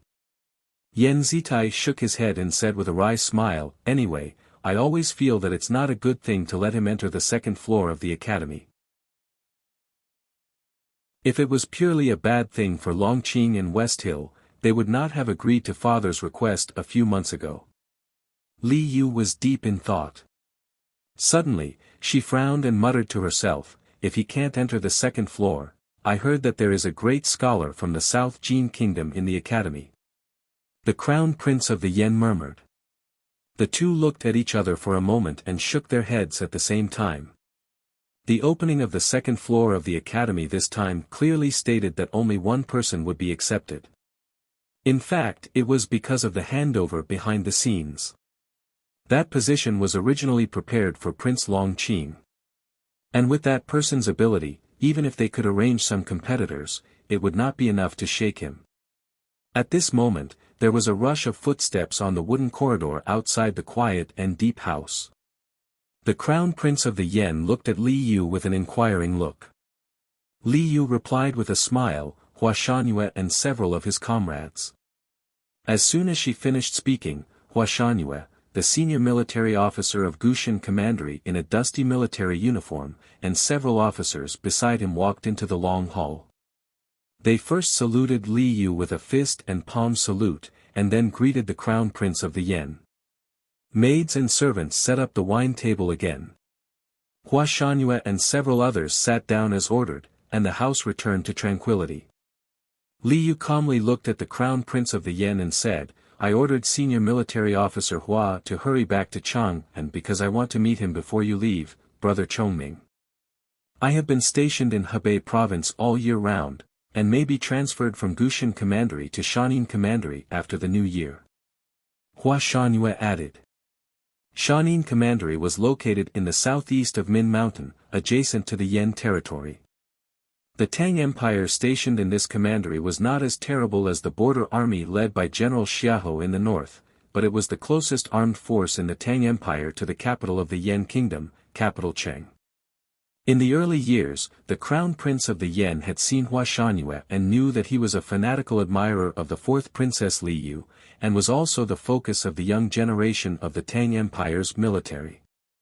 He could naturally think that Li Yu hurriedly called him back to the capital not to see him off, but to hide a deeper meaning.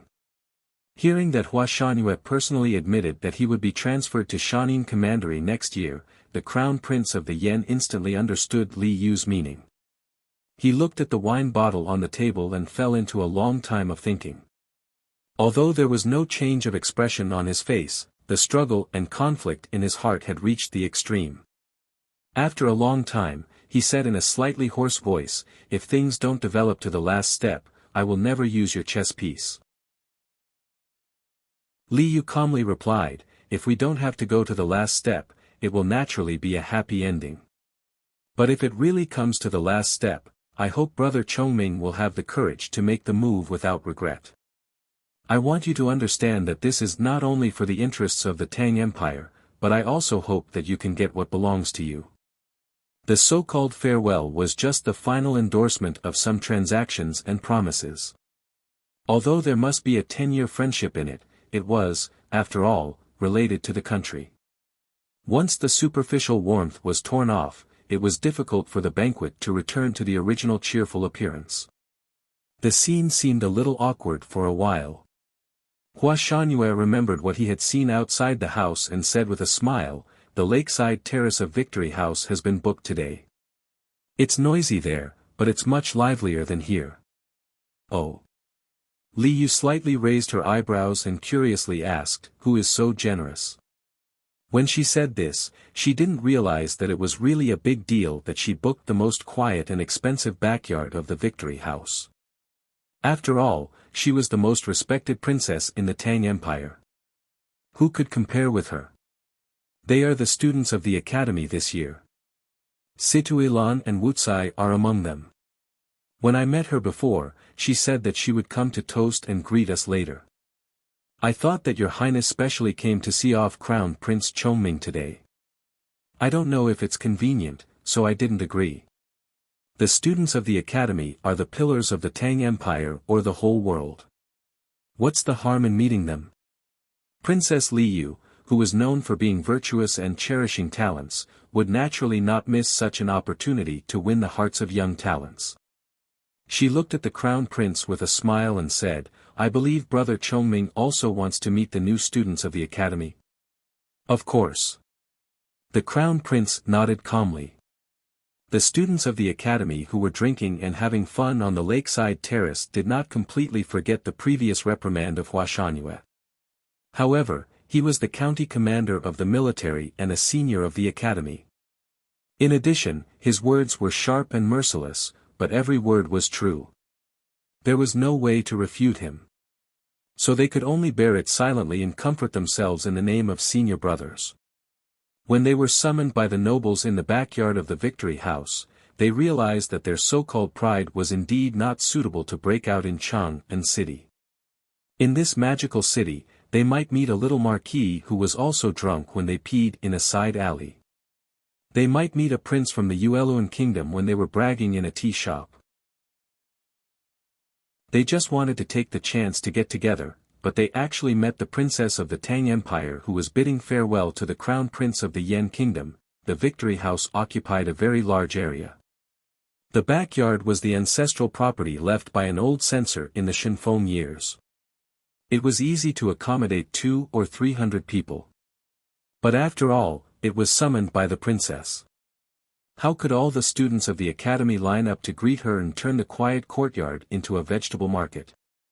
They just chose some students with good grades and good reputation as representatives. Among the representatives, there were naturally 6 people in the course of magic skills led by Xie Qingyun, famous talents such as Zhong Dajuan, Chang, and influential children such as Situe Lan and Chu Zhongtian, as well as someone. When the students of the academy entered the quiet house, Li Yu was talking to the crown prince of the Yan in a low voice. Suddenly, she frowned slightly and looked over subconsciously. Sure enough, she saw the familiar and hateful face at the end of the crowd. In the past 6 months, she often called Sang Sang to the princess mansion to talk with her, but she had never seen Ning Ke again. But through various ways, Ning Ke's behavior in the academy still entered her ears. She knew about the semester exam bet and that he was later excluded by the academy's classmates. But she had never said anything. They just met on the journey. How could the experience of an academy student be qualified to attract her attention? Even if she wanted to, she could not show it at many times. Greetings, Your Highness. Greetings, Crown Prince Chong Ming. Xie Qingyun, Zhong Dajuan, Linchuan Wangying and other students stood in front of the quiet corridor of the courtyard and saluted the 2 nobles at the table in turn. After several exchanges, the students performed well, especially Xie Qingyun and Wang Ying's words were quite clear and solemn. Li Yu felt more satisfied, but it was a pity that the 3rd young master Xie was from the South Jin Kingdom instead of the Tang Empire. Brother Chong Ming, what do you think of the young talents of the Tang Empire? Li Yu looked at the Crown Prince of the Yan and asked with a smile. The Crown Prince of the Yan replied with a slight smile, the Tang Empire dominates the world, and the academy is a sacred place for thousands of years. Naturally, it is extraordinary. At this moment, there was a sudden noise outside the quiet backyard of the Victory House. There were voices of obstruction and reprimand, and it seemed that someone was rushing here. Li Yu looked at the passage covered by the bamboo outside the corridor and held a small wine cup between her fingers. She did not say anything, but slightly frowned. Hua Shangyue, who was sitting 2 feet behind her, looked solemn and sternly scolded, "Who is so bold to break into the banquet place of Her Highness?" The noise outside the courtyard quickly turned into a still messy sound that represented a completely different meaning. The music from the bamboo forest behind the corridor suddenly became disorderly and out of tune, faintly mixed with the surprised cries of a young girl and the sound of a messenger knocking over a banquet table in shock. Then, all these sounds disappeared in the next moment. In the quiet courtyard, under the roofed porch, next to the bamboo wall, there was no sound. It became quiet, so quiet that it made one's heart palpitate, except for the footsteps that seemed to fall on one's heart on the stone path. The slow footsteps coming from outside the courtyard did not belong to one person and were not orderly. But the ears of the people in the courtyard seemed to hear only the footsteps of one person. The footsteps were very stable and could release a very strong sense of pride just by hearing, as if every step he took was stepping on the heaven's way leading to the firmament. The owner of the Victory House walked in front with a pained and helpless expression like a pitiful servant boy. Although bringing outsiders to the 4th princess banquet place was undoubtedly the fastest way to death, the guests behind him at this time also had a great background. More importantly, the reason given by the other party could not be refuted at all. Walking on the stone path was Grand Secretary Zheng Jing of the Imperial Library of the Tang Empire. This official was deeply trusted by His Majesty and the Empress. There was a faint smile on his face and his real emotions could not be seen. On the right side of Grand Secretary Zheng Jing was a middle-aged man in a black Taoist robe with a Haotian divine sword on his waist. He was the Deputy Dean of the Revelation Institute of the West Hill Divine Palace and Priest Moli who was visiting the capital Chang'an. Everyone in the Tang Empire knew that although the relationship between the Empress and 4th Princess was not as incompatible as fire and water, they were naturally in the opposing camp because of the succession of the throne in a certain year. Now the chief minister under the Empress was going to break into Her Highness banquet with a bigwig from the West Hill Divine Kingdom. Who would be willing to be caught in such a terrible turbulence? Moreover, among the crowd that came to break into the banquet, there was, Grand Secretary Zheng Jing and Priest Moli came hand in hand. Logically speaking, they were destined to attract the attention of everyone in the courtyard.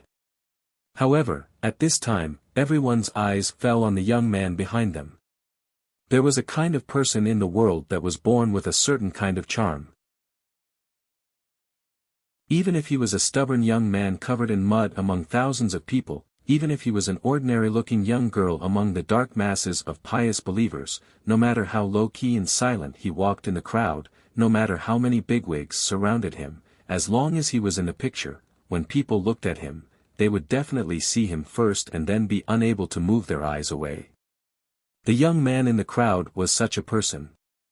He was about 20 years old and wore the lifeless Taoist robe of the judicial department of the West Hill Divine Palace. There was an ordinary-looking sword on his waist. His footsteps were calm and steady.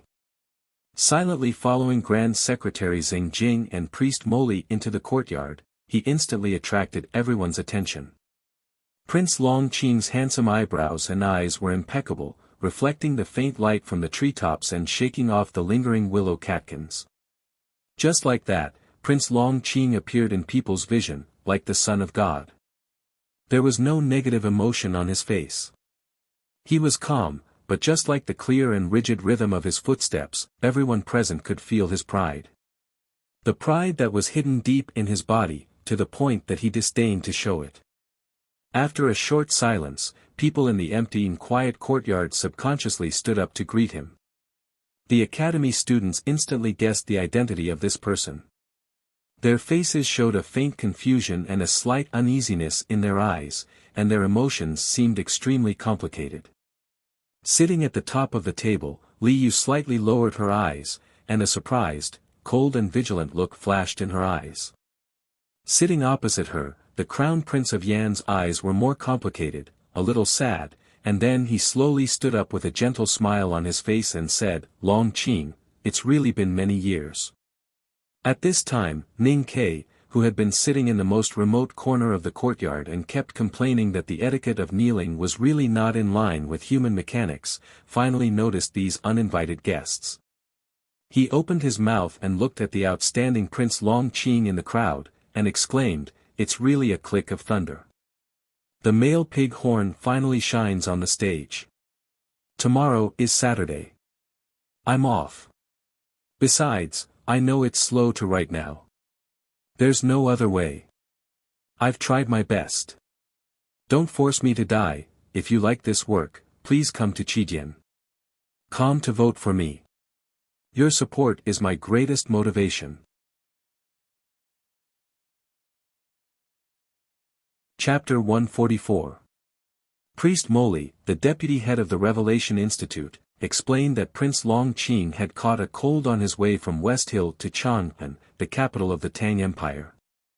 He had been recuperating in Peach Alley, so he had not been able to visit his brother.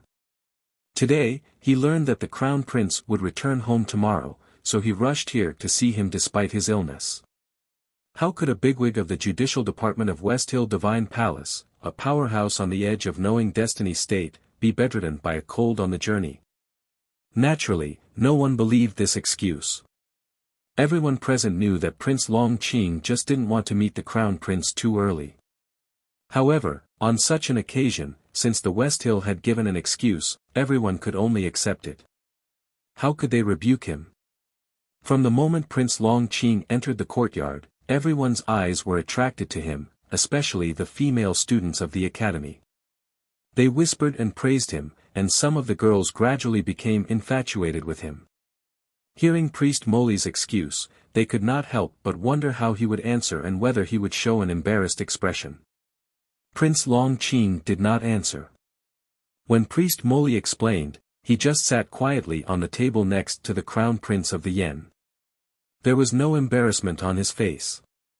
To be more precise, apart from some polite smiles, there was basically no emotion on his picturesque face.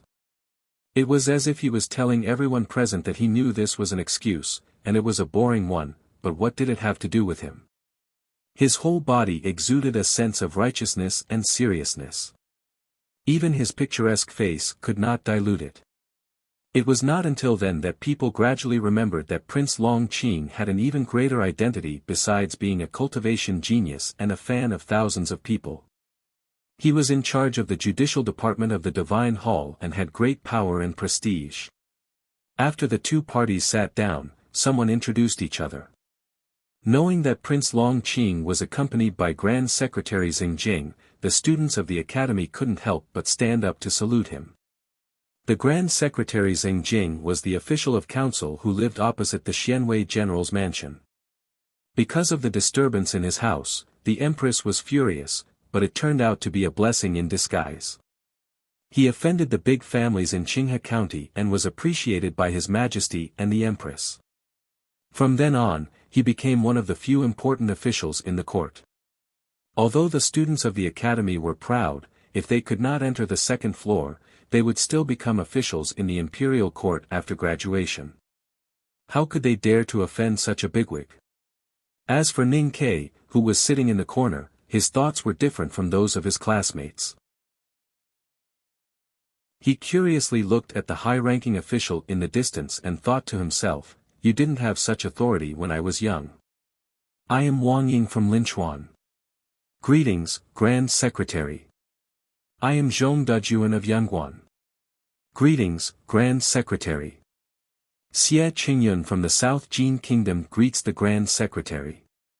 Xie Qingyun stood up and greeted the Grand Secretary with a smile. Some people noticed that he did not say that he was a junior. After thinking for a while, they understood that he was not being rude to the Grand Secretary, but he did not want to be at a disadvantage in front of some people.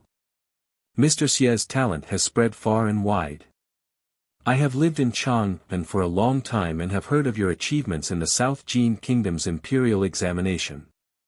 It is really gratifying to hear that you are diligent in the course of magic skills in the academy. Grand Secretary Xingjing smiled and stroked his beard. He looked at Prince Longqing who was sitting opposite him and said, "Your Highness is known as a genius of the present age. Now that you are entering the academy for further study, you should get closer to Mr. Xie." Upon hearing this, Prince Longqing nodded slightly as if he agreed with Grand Secretary Xingjing's words. But because his movements were so subtle, it was hard to see his sincerity. There was no expression on his beautiful face and he did not deliberately reveal a cold and arrogant look. But this expressionlessness revealed a very accurate message, that was, he did not care. An eagle would not show its pride in front of an ant, and a mountain would not deliberately look down on a small hill. Because in their view, they did not exist in the same world and there was no need to show extra emotions at all. But for the receiver, this kind of indifference was the heaviest pride and arrogance, and this kind of disregard was undoubtedly the most ruthless contempt and humiliation. Xie Qingyun, the third young master of the Xie family, who had always been known for his talent and demeanor in the academy, stood alone in the field for a long time before returning to his seat with a slight smile. Only by paying attention could one notice that his smile was somewhat unnatural. It was just a small episode. The real problem of today's Victory House banquet had been hidden behind the scenes. When Prince Longqing and the Crown Prince of Yen met, whether they fought or not, it was always an internal struggle for the throne of Yen Kingdom. Princess Li Yu was obviously on the side of the Crown Prince of Yen, and Grand Secretary Xingjing came with Prince Longqing. Although it seemed that he was accompanying His Majesty, who could be sure that he did not represent the Empress's inclination? The throne of Yen Kingdom was related to the relationship between the two countries, and at the same time, it would further strengthen or weaken the power contrast between the two royal families of the Tang Empire. But in front of the people of Yen, the West Hill Divine Priest, and a group of students, both Princess Li Yu and Grand Secretary Xingjing had to maintain the dignity and bearing that an empire should have. His Majesty ordered me to accompany Prince Longqing to familiarize himself with the surroundings of Chang'an. Although we did not have a deep conversation, I deeply felt that the prince's knowledge was extraordinary and admirable. Coupled with his amazing cultivation, it would not be difficult for him to enter the second floor of the academy. Grand Secretary Xingjing gently stroked his beard and looked at Prince Longqing opposite him, shaking his head in admiration. No one knew what this trusted official of the Empress had in mind. He actually praised a foreign guest in front of a group of academy students. Even if it was to suppress the cooperation between the princess and the crown prince of Yen, it was really too unsightly. The representatives of the academy students at the banquet were usually the best group of people in the academy, and they were born with pride. They might not know about the throne of Yen Kingdom, but when they saw the scene of Prince Longqing ignoring Xie Qingyun, they had a great disgust for him. At this time, when they heard Grand Secretary Xing Jing mention the matter of the second floor of the academy, they suddenly remembered that Prince Longqing was their strongest competitor, and could not help but be shocked. Zhong Dejuan raised his eyebrows and said, "The second floor of the academy is not so easy to enter." The Tang Empire was open-minded, and it was not uncommon for people to casually interrupt in such a banquet, especially when the dispute arose. Grand Secretary Xing Jing smiled slightly and did not say anything more, as if he was not surprised by such a response. Priest Moli, who had been silent and sitting at the banquet table, coldly glanced at the banquet and indifferently said, "There are many talents in our West Hill Divine Kingdom. Prince Longqing is the most outstanding person in our Revelation Institute in the past 10 years. He is about to enter the Knowing Destiny state in 20 years, and can be regarded as the strongest person in the young generation in the world. If he can't enter the second floor of the academy, who can?" As the deputy headmaster of West Hill Revelation Institute, he had a distinguished status. However, no one had expected that his words would be so direct and even a little arrogant. However, there was a saying that crude words were not crude. He casually put out a few nouns, and with the real examples of these years, his crude words seemed even more powerful. If the strongest person in the young generation in the world could not enter the second floor of the academy, then who could? Entering the Knowing Destiny state and entering the Knowing Destiny state are two different things. Hua Shangyue, the senior military officer of Gushan Commandery, said with a slightly gloomy face, "There are many people in the world who are known as cultivation geniuses, but they have been stuck at the threshold of the Knowing Destiny state all their lives. Although I am not as talented as Prince Longqing is now only at the peak of the see-through state. To say that he is the strongest person in the young generation. I don't know if this is an overpraise, but I am afraid that the priest's words are overpraising." Priests of the West Hill Divine Palace traveled around the world and were treated with great respect. However, when they entered the territory of the Tang Empire and entered Chang'an, the officials seemed to be warm and courteous, but in fact, most people were like Hua Shangyue at this time, looking down on these Taoist priests who pretended to be mysterious. Once they were angry, they did not care about rhetoric, refuting, questioning, and mocking words, and swung at them as hard as a stick. Priest Moli forcibly suppressed the anger in his heart and stared at Hua Shanyue's eyes, saying coldly, "There are indeed young powerhouses in the Great River, South Jin, and Yueluan. But in recent years, I really don't know what kind of bigwig has appeared in the Tang Empire." Hua Shanyue did not show weakness and stared back at him, saying, "Wang Jinglu of the Tang Empire is now serving under the Defender General of the state. Because of the rules of the Imperial Center Administration, he is now only a bodyguard, so he is really not a bigwig. But no one can take away his title of being invincible below the Knowing Destiny state." These words were really powerful. Wang Jinglu of the Tang Empire did not come from the West Hill, and had nothing to do with the Buddhism sect. He became a talent purely through self-cultivation and was known as invincible below the Knowing Destiny state. Although Prince Longqing came from the West Hill Divine Palace and was known as a peerless cultivation genius, as long as he had not entered the Knowing Destiny state and had not defeated Wang Jinglu, he could not be called truly invincible. The quiet house fell into a short period of silence, and then the silence was quickly broken by an extremely calm voice. The voice belonged to Prince Longqing, who had been silent throughout the banquet. Prince Longqing raised the wine glass in his hand and looked at Hua Shangyue quietly. But his clear eyes seemed to be looking at somewhere far away, falling on the military camp beside the vast great swamp. He said indifferently, "Invincible below the Knowing Destiny state.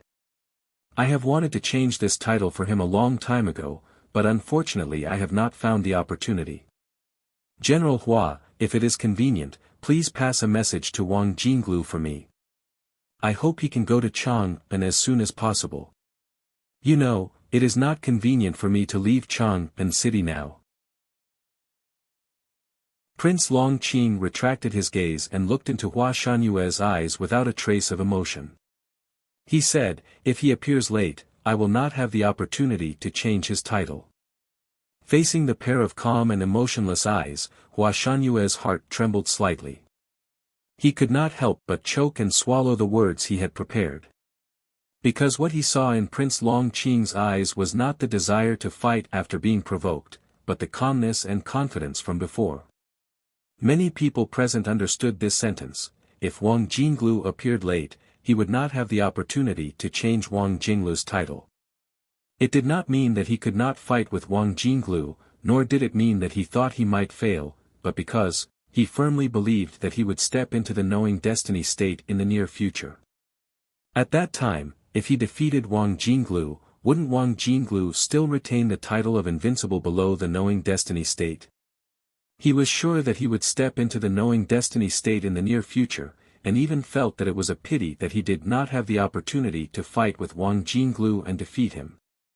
What kind of experience did he have to go through to be so confident and indifferent?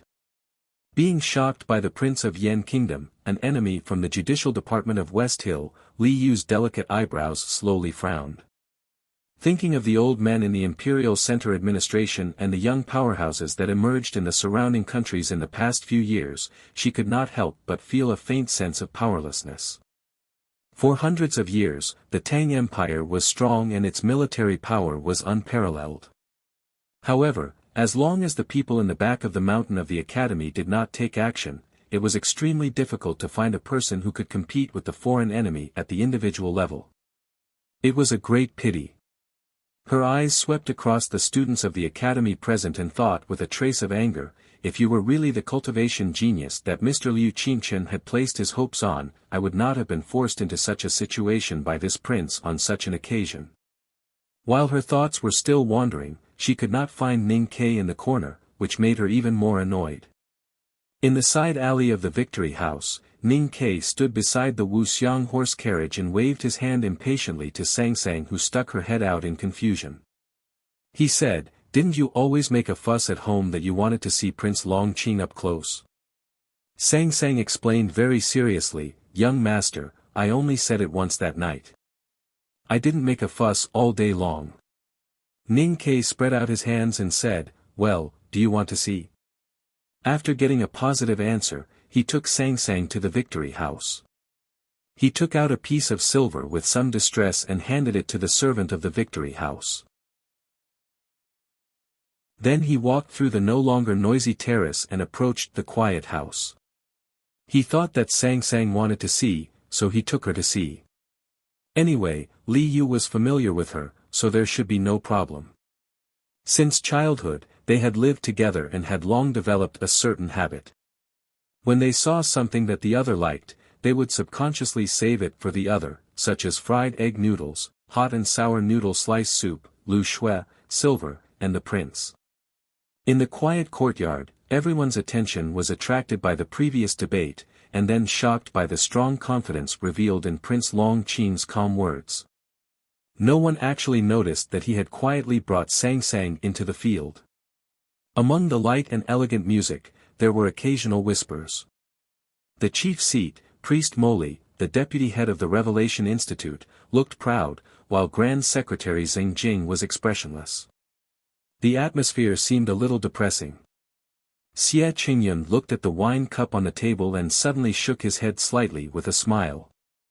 After taking a deep breath, he stood up and saluted with hands folded in front. Looking at Prince Longqing, he said loudly, "May I ask?"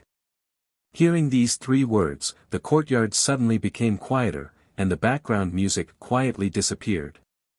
Li Yu looked at the elegant Xie Qingyun standing in the field with some appreciation in her eyes.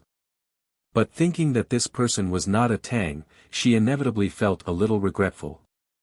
Prince Longqing bent his knees and half knelt on the floor.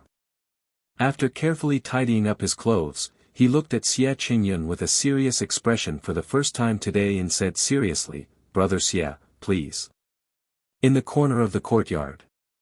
Sang Sang knelt behind Ning Ke and cautiously poked her head out. She whispered after a few glances, "Young master, it's too far, even farther than that day on the street. I can't see his face clearly." "Don't interrupt." Ning Ke picked up a piece of vinegar fish skin with his chopsticks and stuffed it into his mouth. He said, "Didn't you see the main show?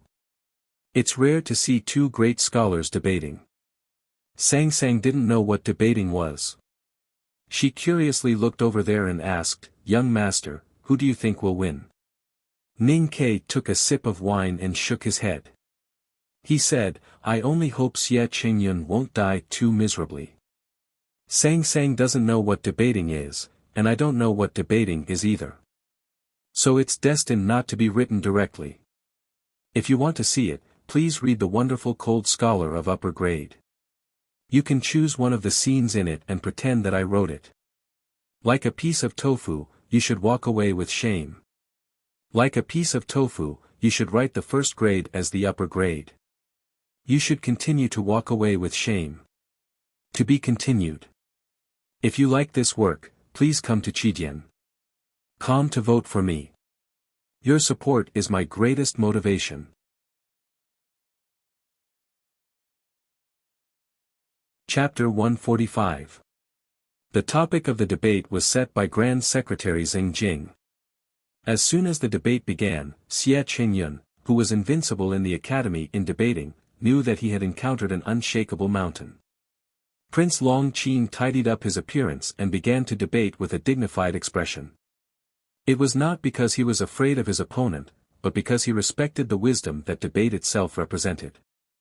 At the same time, he also expressed a certain degree of appreciation for Xie Qingyun's courage.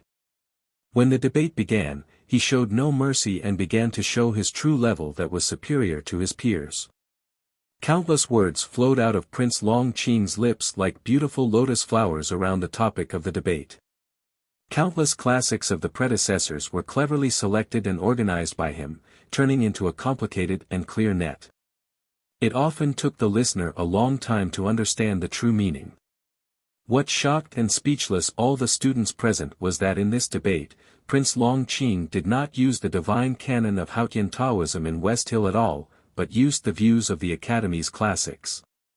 Just as Ning Ke predicted, before Prince Long Qing's expressionless narration, Xie Qingyun only made a slight counterattack, and then he was caught in the sea of lotus flowers. He could not see any mistakes, nor could he find the slightest gap to fight back.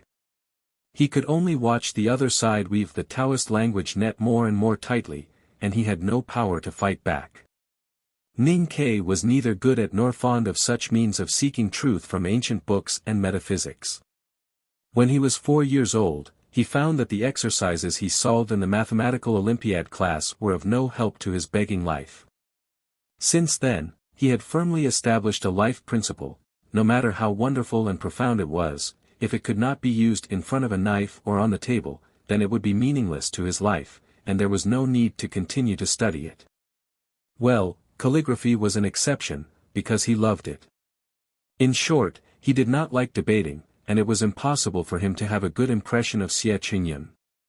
It was difficult for a marginalized person who had been forgotten by the Academy for half a year to have any sense of collective honor. But he did not want to see the handsome and hateful prince with facial paralysis continue to be arrogant. So he ignored what was happening over there and took Sang Sang, who also did not understand, to hide in a dark corner, drinking wine and eating fruits and vegetables, waiting for the moment to end. The headmaster of the Academy once said, "If you don't change your ways for 3 years, that is the way."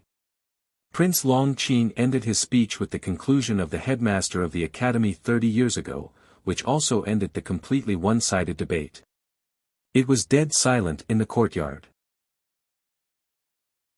All the students of the Academy silently looked at the indifferent prince sitting in the middle of the table and did not know what to say. The girls, including Situelan and Jean Wuxia, all felt a little wet on their backs. Such a meticulous but sharp person was really terrible. What's more, he used all the Academy's classics and finally used the headmaster's scripture as the anchor. How could they still have the face to pester him?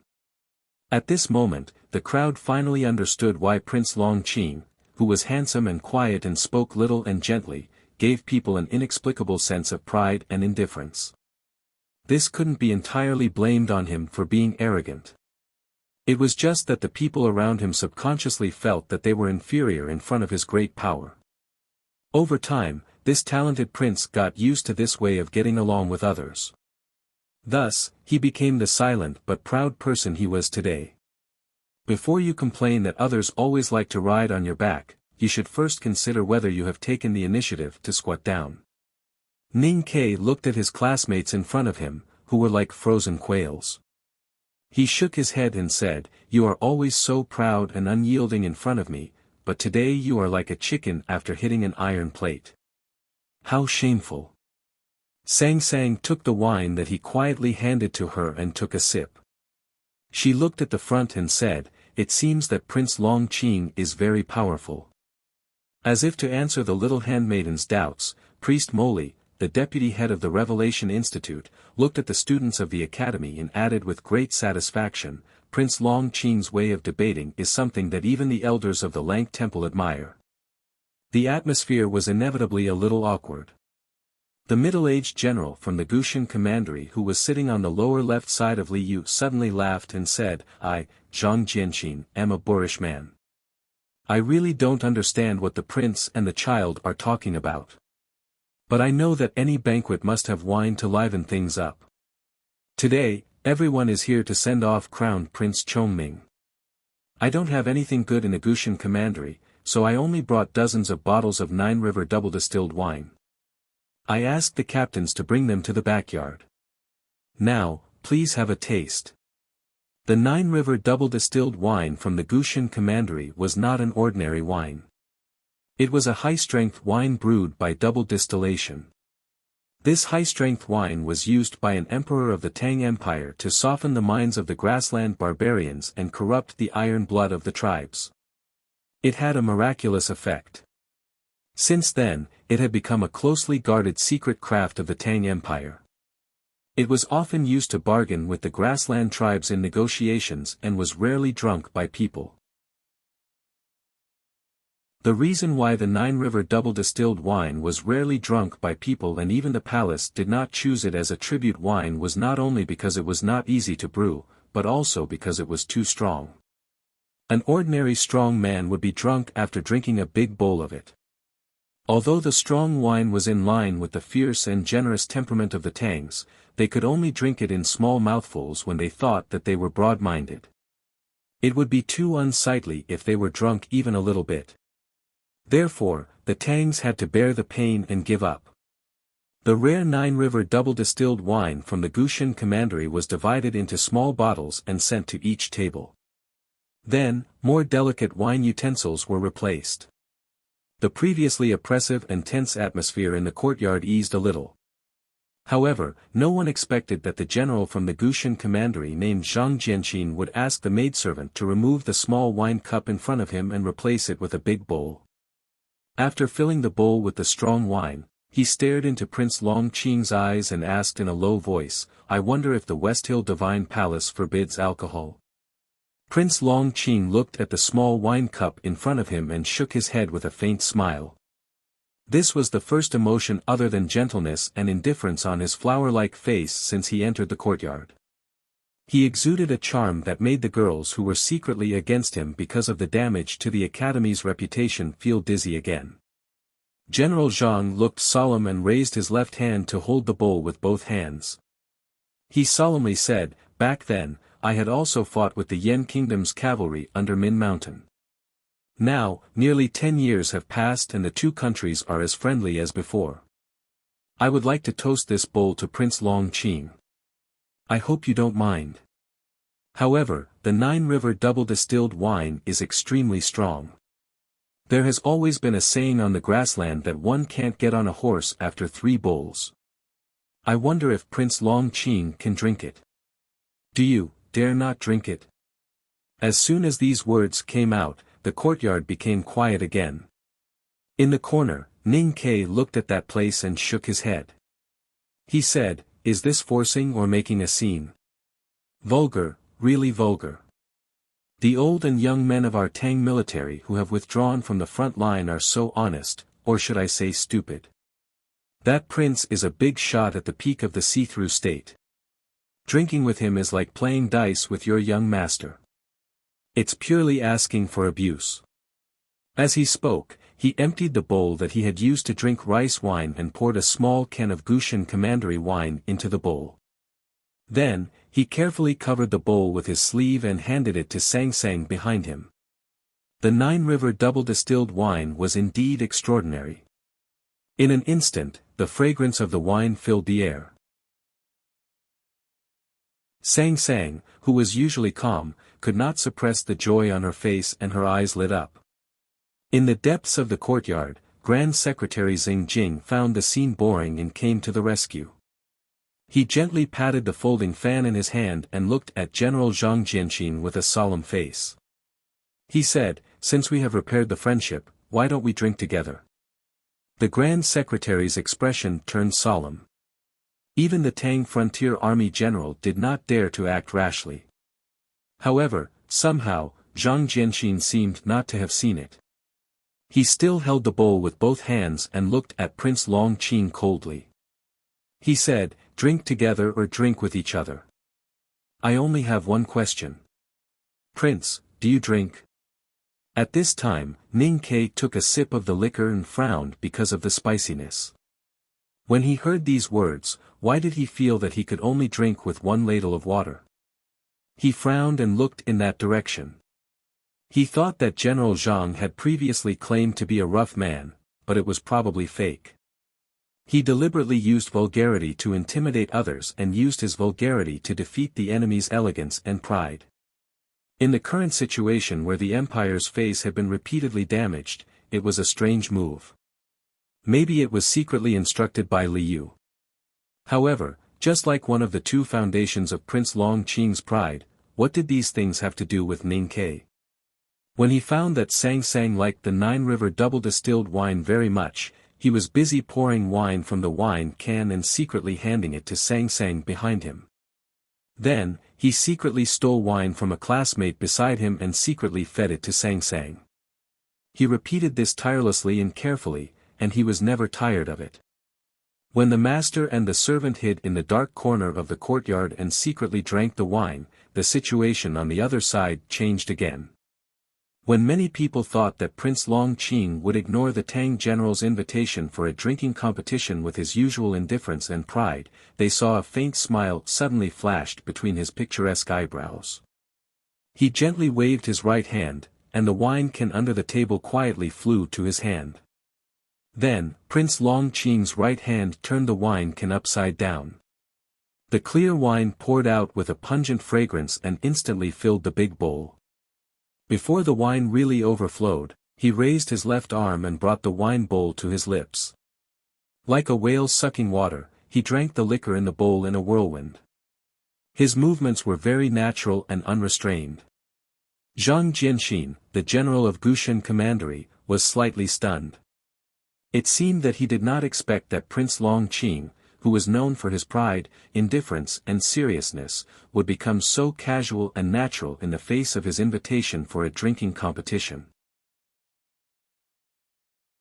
After a moment, he woke up and remembered that he was still holding the wine bowl, so he hurriedly brought it to his lips and drank it.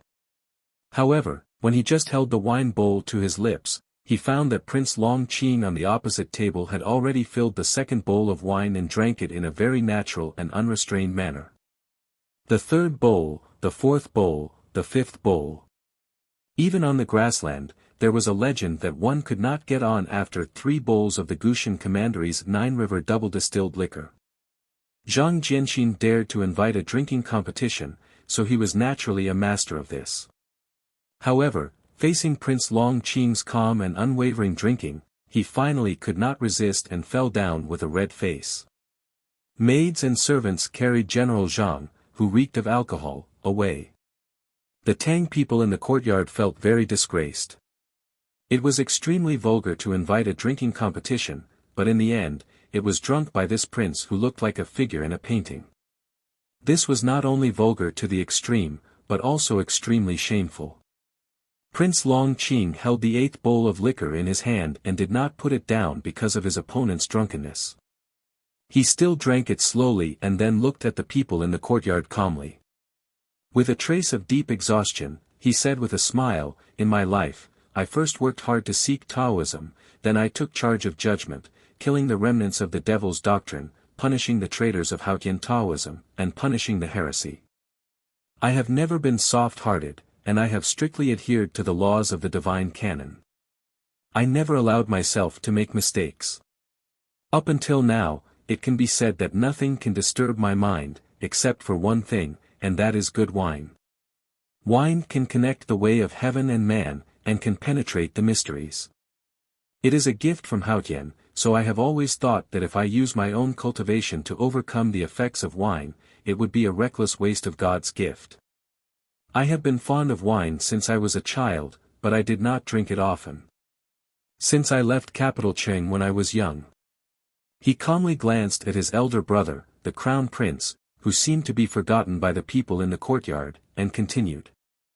"I have only drunk wine 4 times in these years, one of which was in the palace of Yueluan Kingdom. Because of Chen Jia, I was misunderstood by some people, and they fought with me in rounds of drinking. The wine was not as strong as today, and they did not stop until all the wine jars in the palace were empty. After that, the pillars in the palace still had the smell of wine for 3 days, but I was not drunk. Good wine is the most wonderful thing, and it is also a demonic sound that erodes bones. So I rarely drink, unless there is a situation where I have to drink, such as in Yueluan Kingdom, or today, when the general forced me to drink with the pain of the country." He calmly said, "Or there is wine worth drinking, such as this double-distilled wine from Gushan Commandery, or there is a worthy opponent." At this point, Prince Longqing once again filled the bowl in front of him and raised it with one hand. He looked at Xie Qingyun in the courtyard and said, "This bowl is to thank the 3rd young master for your courage." Xie Qingyun was slightly stunned and sighed in his heart. He changed the big bowl to fill with strong wine and drank with him. Prince Longqing poured another bowl of strong wine, looked at Linchuan Wangying beside Xie Qingyun, and calmly said, "Linchuan Wangying, you know etiquette well at the age of 12. I have read your notes on etiquette the year before last."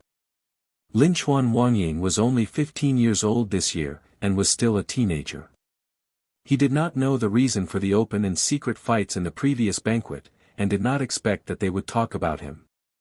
Hearing that Prince Longqing had read his notes on etiquette, he could not help but feel excited and happy, and hurriedly picked up the small wine cup in front of him and drank it. Unsurprisingly, a moment later, Xie Qingyun and Linchuan Wangying were drunk because of the strong wine. But the 2 drinks were peaceful and joyful, and no one in the academy felt unhappy. Instead, everyone, including Zhong Dajuan, filled the wine cups in front of them and waited for Prince Longqing to order them in order. Prince Longqing held the bowl of liquor in his hand and looked at the students in the field. He did not intend to propose another toast. Instead, he brought the liquor to his lips and drank it slowly. Then he put down the bowl and did not look at the audience again. The academy students could not help but feel a little awkward. Even Ning Ke, who followed the crowd in the corner and filled up the wine, felt very uncomfortable in his heart, and the little good impression he had for this guy suddenly disappeared. Prince Longqing looked at the empty wine bowl with a faint smile and sighed softly, "The academy is really famous. I only hope the real academy will not let me down. You really have a big tone." Li Yu looked at him with slight mockery and said, "If you don't know what the real academy is, how can you come thousands of miles to be a hostage? How can the hierarch lord and the 3 great divine priests be willing to let you, a bigwig of the judicial department of the divine hall, give up your job and come to the academy to be a student?" Prince Longqing was silent for a while, and then he raised his head and replied calmly, "Your Highness is right." Li Yu looked at him quietly and suddenly said, "Longqing, I admit that you are indeed talented and capable, and you have the right to be proud. But since you are in charge of the judicial department and know the doctrine of Haotian, you should know that everything is too much to be forced, and that everything does not enter your heart. Why do you have to go against your will and act so arrogantly? Hearing this question, Prince Long Qing was silent for a long time, and his handsome face gradually glowed. He slowly and firmly answered, "There is no solution to the poverty of the country, so I can only be more arrogant." He said this very calmly, directly and frankly, clearly stating that the Yan kingdom was weak and not the enemy of the Tang Empire. And as a member of the royal family of the Yan kingdom and a person of the West Hill, if he were to be a hostage in Chang'an, then he should be arrogant, so that he would not be weak because of the situation, and always remain strong. Prince Long Qing continued, "As for not drinking, it has nothing to do with arrogance, but because I can't find anyone who can drink with me." Situelan could not help but whisper, "A man's ability should be on the battlefield, not on the wine table. What's the use even if you can drink more wine?" This lady's words make sense. Prince Long Qing calmly replied, "Only those who are good at fighting can fight, and only those who are good at drinking can drink with each other. Since there is no fighting today, naturally there is no drinking." Among the young students present, who could fight with Prince Long Qing? Xie Qingyun, who was the most popular in the academy, had already been defeated, so who could drink with Prince Long Qing? He had already drunk nearly 10 bowls of strong wine, and he claimed that he was not drunk in his life. There was an awkward silence in the courtyard. The people present were shocked by the West Hill Divine Palace, and no one dared to challenge him. This was really an unbearable shame for the Tang Empire and the Academy. Li Yu's jade-like hands gently grasped the silk scarf in her sleeves. When she was ready to leave, she suddenly heard a gurgling sound from the corner. At this time, it was so quiet that even a needle falling on the ground could be heard. So the gurgling sound, which was originally very subtle, was suddenly magnified and attracted the puzzled eyes of all the people present. The sound was like a clear spring flowing through the waterway opened by Nanju and falling into the slightly icy mountain stream. It was also like a long-necked stork waking up from the wetland grass in the morning and proudly combing its neck feathers. It was very beautiful and attractive. Everyone, including Situelan, opened their eyes wide and stared at Ning Ke in the dark corner. They carefully listened to the gurgling sound coming from behind him and were somewhat puzzled. A moment later, Sang Sang, who was thin and dressed in handmaiden clothes, came out from behind Ning Ke on her knees with an empty wine bowl in her hands. Then she was shocked to find that she had become the focus of attention. She did not know why everyone present was looking at her as if she was a fairy. Sang Sang found that so many eyes were staring at her, and felt extremely uncomfortable.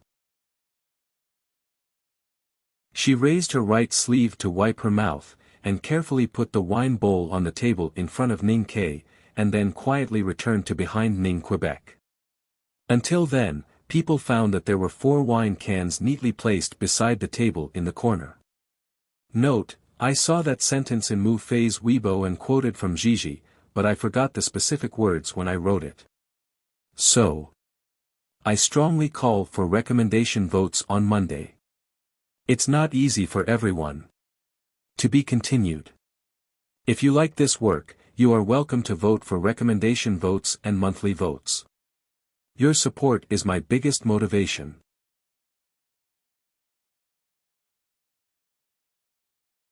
Chapter 146. After entering the courtyard, Ning Ke deliberately chose the darkest and most unobtrusive corner.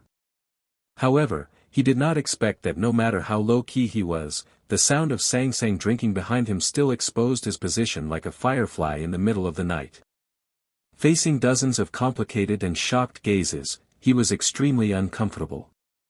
Especially when he saw the fiery gaze of the princess in the distance, he felt that something was wrong.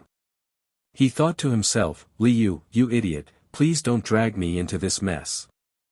Facing a fierce existence like Prince Long Qing, no matter how talented I am, I can only be a fool.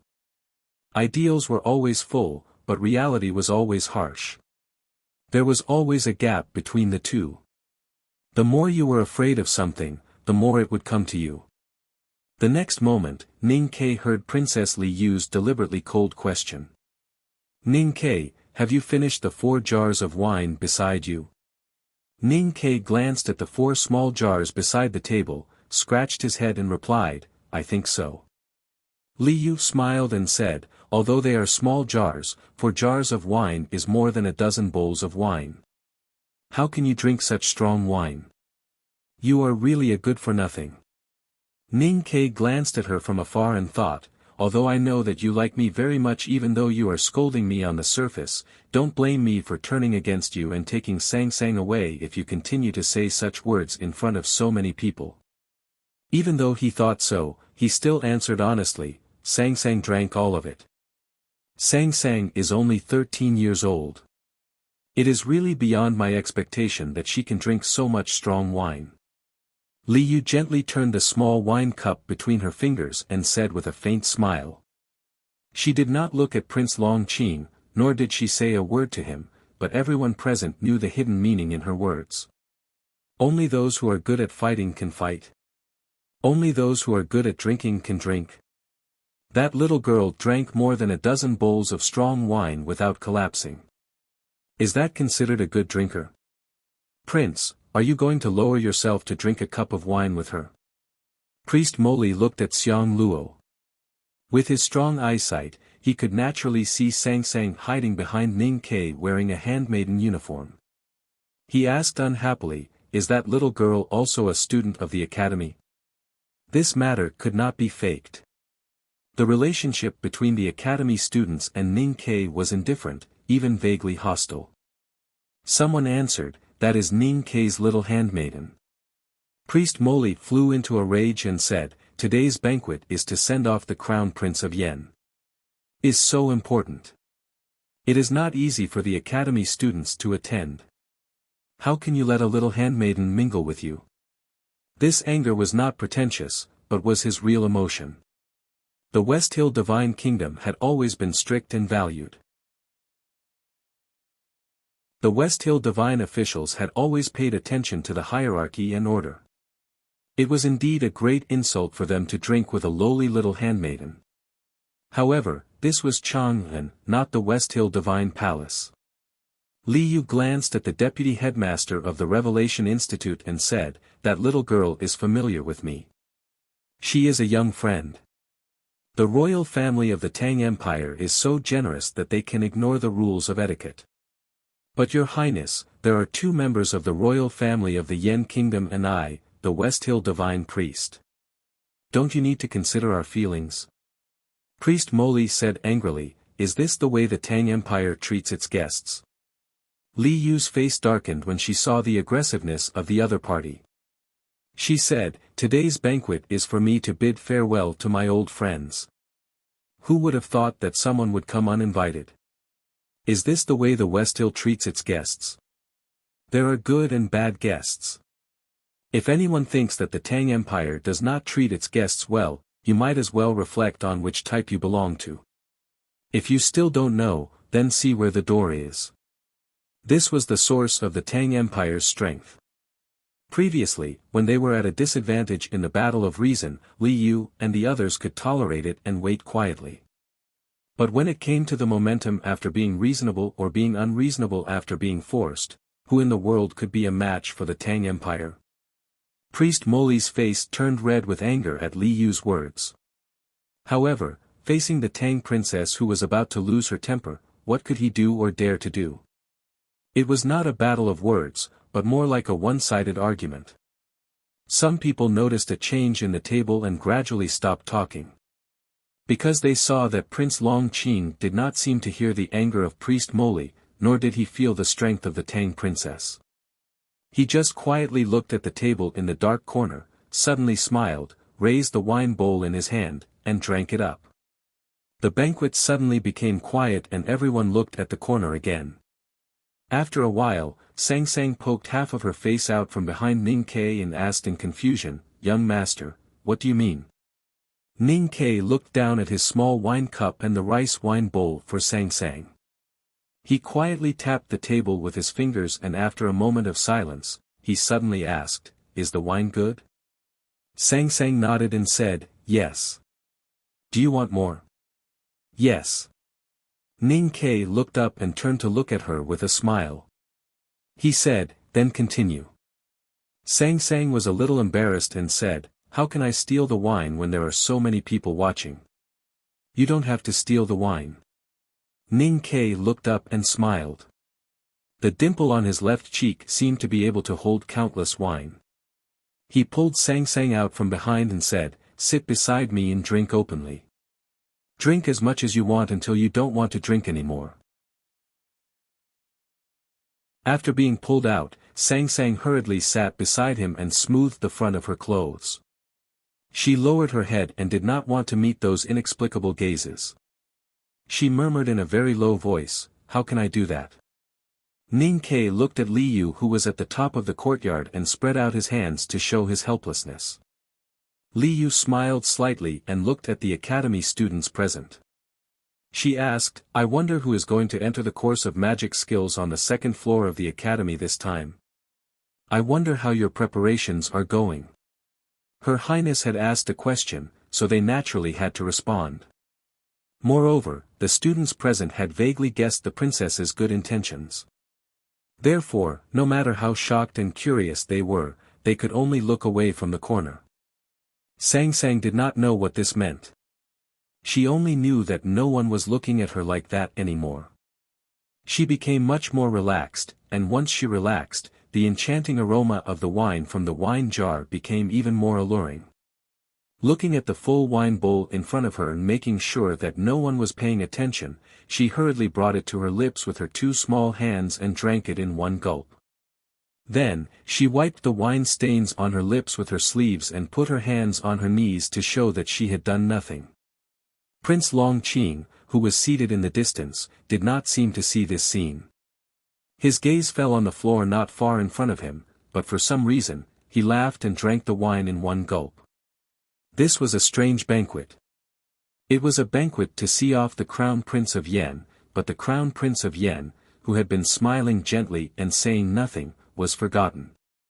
Her Highness and the Academy students seemed to be enthusiastically discussing the life of the Academy and the events of the day after tomorrow, but in fact, no one cared about the content of the conversation. Everyone's thoughts or glances fell on two places. The handsome Prince Long Qing, who was as graceful as the Son of God, kept drinking the wine in his bowl in silence and thoughtfully. The tanned little handmaiden, who was as quiet as a little rabbit, kept drinking the wine in her bowl with her head down. It seemed that they were drinking to drown their sorrows, but the more Prince Long Qing drank, the more solemn his expression became, and the more Sang Sang's eyes became brighter. The words and fragments of gazes floating in the air seemed to be intoxicated by the wine, quietly falling on these two places. No one seemed to notice, but in fact, everyone was paying attention. Because of the secret order, the boss of the Victory House personally moved more than 30 jars of double-distilled spirits from the Gushan Commandery to the backyard, and then placed them at the top and the corner respectively. Sang Sang had been soaked in the corpses and rainwater for too long when she was a baby, so her body was congenitally cold. Sometimes when the disease broke out, she could only rely on the strong wine to stimulate the heat in her body to survive, so Ning Ke habitually carried a wine bag with him. Since childhood, she had been relying on strong wine to sustain her life.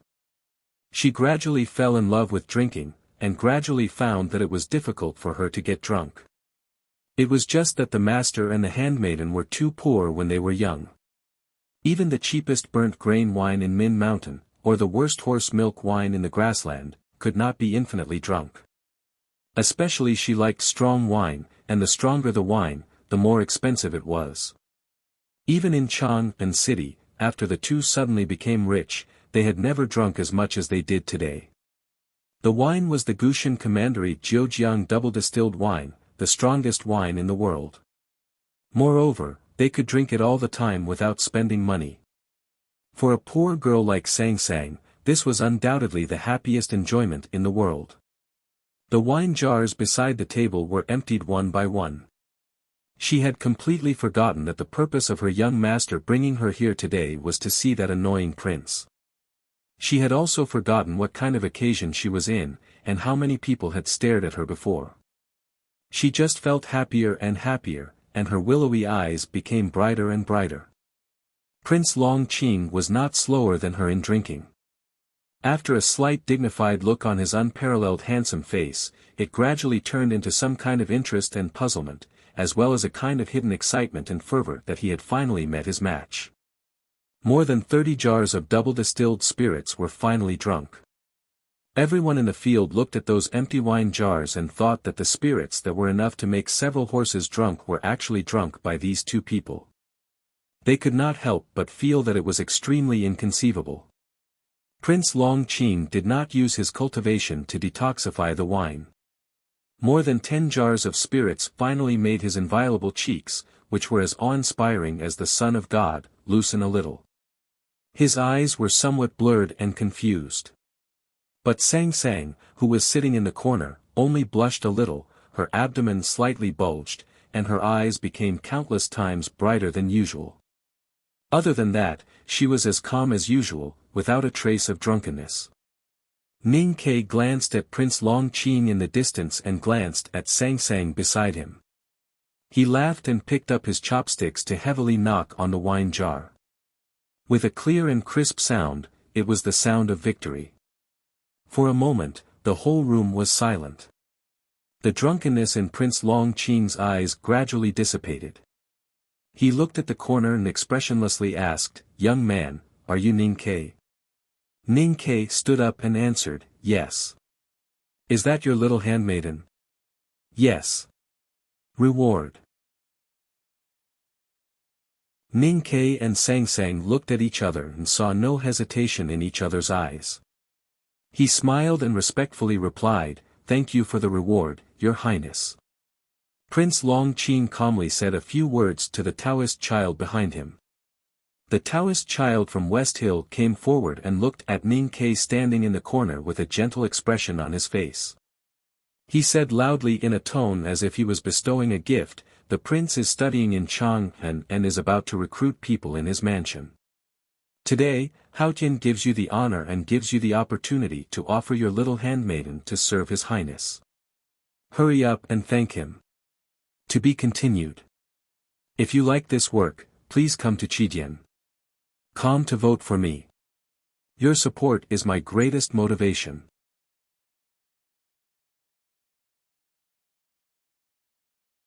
Chapter 147. At that time, servants and maids were like private property and could be disposed of at will. The situation in the Tang Empire was slightly better. The law of the Tang Empire strictly forbade the intentional injury of slaves, but it did not forbid the sale of slaves. It was not uncommon in Chang'an to give beautiful concubines and smart maids to them. And the gifts between the distinguished men were often legendary and beautiful.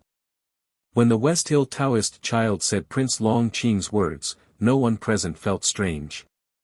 Although the students of the academy, Huashanyue and other Tangs were somewhat disgusted by the Taoist child's arrogant and generous words, it was, after all, in line with the class difference between the two parties, so they remained silent. In the eyes of the crowd, little Sang Sang, who was standing beside Ning Ke, was only 13 or 14 years old. She was as thin as a bean sprout, with an ordinary appearance and dark skin. Prince Longqing naturally did not want to take her back to his mansion to warm his bed because of her beauty, but because of the drinking competition. The bigwig of West Hill, who was high above, had taken a fancy to an inconspicuous little handmaiden in Chang'an because of the 4 arts of zither, chess, calligraphy, painting, banquets, archery and so on. In the upper class, this was considered elegant. If Ning Ke was willing to give the little handmaiden to Prince Longqing, the prince would naturally give him a generous gift in return. It might be another anecdote in the future. Therefore, no one felt shocked, strange or angry. Instead, some people, such as Zhong Dajuan, cast a faint look of envy at Ning Quebec. They secretly thought that if Ning Ke could gain Prince Longqing's favor by gifting the little handmaiden, he would be able to gain a lot of benefits and convenience in the future. Princess Li Yu also remained silent at this time, but her silence had nothing to do with her demeanor. She was thinking about something that happened last year and looked at Ning Ke with a faint smile, knowing that this matter might develop in an interesting direction. In fact, after hearing the West Hill Taoist child's gentle and extremely generous announcement, Ning Ke was stunned for a long time before he figured out what the other party wanted to do. The reason why his reaction was so slow was that he had never thought that anyone would ask for sang sang from him in such an arrogant manner. Why? Sorry, there's no reason or reason. It's just because he's the high and mighty Prince Long Qing, a bigwig in the judicial department of the West Hill Divine Palace. He likes your little handmaiden and wants to have a little handmaiden to drink with him when he's bored. So you should send your handmaiden, who you've raised painstakingly and slept by the Kong bed for more than 10 years to him, and then smile and wait for the prince to reward you with money, a bright future, and some glory when he's happy. Because the scientific reasoning was actually unreasonable. Ning Ke's mood suddenly became extremely bad, but the smile on his face became brighter. He looked at the table in the distance and sighed, "Prince Long Qing, you are really beautiful." His reaction was very slow. Sang Sang, who was slow to react to many things, especially after drinking too much liquor today, reacted even slower than him. It was not until now that she realized that the prince at the banquet wanted to take her away from her young master. She couldn't help but frown and refute, "Young master, he looks ugly." Sang Sang had not thought, and as she had thought, as long as her. As, if master, as long, she would become. They only cared about Ning Ke's answer and had been quietly waiting for his answer. Most of them guessed that Ning Ke would agree, and a few of them thought that he would refuse. But no one expected that Ning Ke's answer had nothing to do with this matter. It seemed somewhat inexplicable. "Prince Long Qing, you are really beautiful." What does that mean? Note, Prince Long Qing had just sobered up and was quietly looking at the empty wine jar on the table. Suddenly hearing this, he slightly frowned and raised his handsome face to look into the distance. He said indifferently, "Thank you, I know."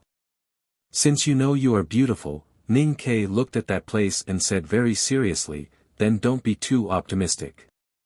As soon as these words came out, the whole table was in an uproar. Even if the people present had thought that Ning Ke would refuse to send his little handmaiden, they also thought that he would use a very graceful way to refuse, such as saying that he was used to using this little handmaiden, that this little handmaiden came from a rough background, and so on and so forth. But they did not expect that he would refuse so simply, directly, crudely and fiercely. "You want my little handmaiden? You are too optimistic." Prince Long Qing's face gradually darkened, but then he smiled a little. Ning Ke looked at him with a smile and explained, "The reason is very simple. Because I am not willing." Prince Long Qing slowly stretched out his hands from his sleeves and calmly placed them on the table. He calmly looked at Ning Ke in the dark corner in the distance and slowly said, "Because you are not willing, you may have missed a lot." "I never worry about missing anything," Ning Ke replied. Prince Long Qing's sharp eyes fell on his face from a very far distance. After a moment of silence, he said, "It may even be, my friendship."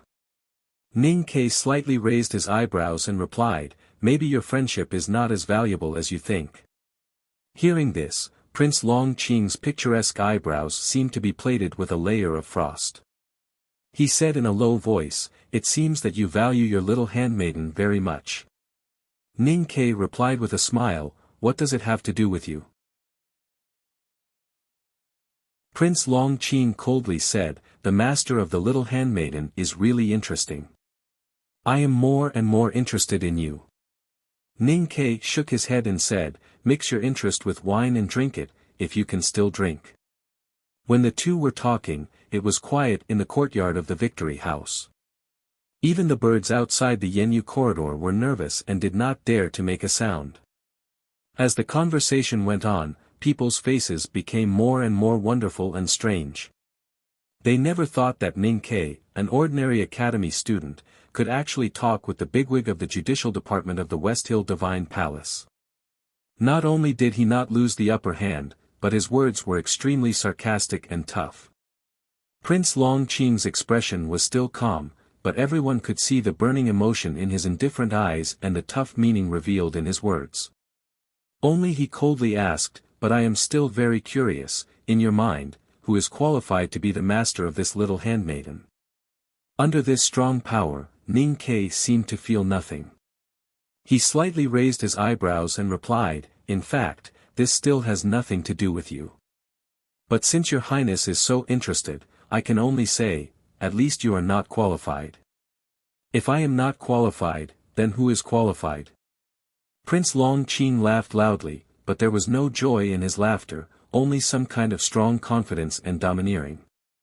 The laughter gradually stopped. He glanced at the silent Li Yu and asked, "Is it Her Highness?"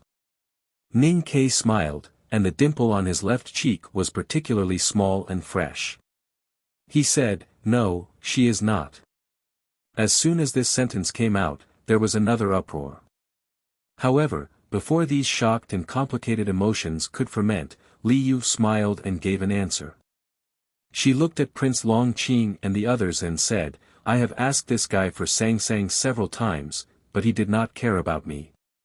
So obviously I am not qualified. As for you, Prince Long Qing, I think you are not more qualified than me." In the field, Prince Long Qing and the people of West Hill and Yen had been in the upper hand for a long time. Li Yu had been silent and watching the chess game without saying a word. She was the most favored princess of the Tang Empire. Even if you were a peerless genius, a bigwig in the judicial department of West Hill, and a prince of Yen Kingdom, you were not qualified to be mentioned in the same breath as me. I did not care about Ning Ke's repeated rejection, so what right did you have to care? This was a very simple and powerful logic, which was the typical principle and style of the Tang people. The princess of the Tang Empire made a strong endorsement, and this little storm seemed to come to an end.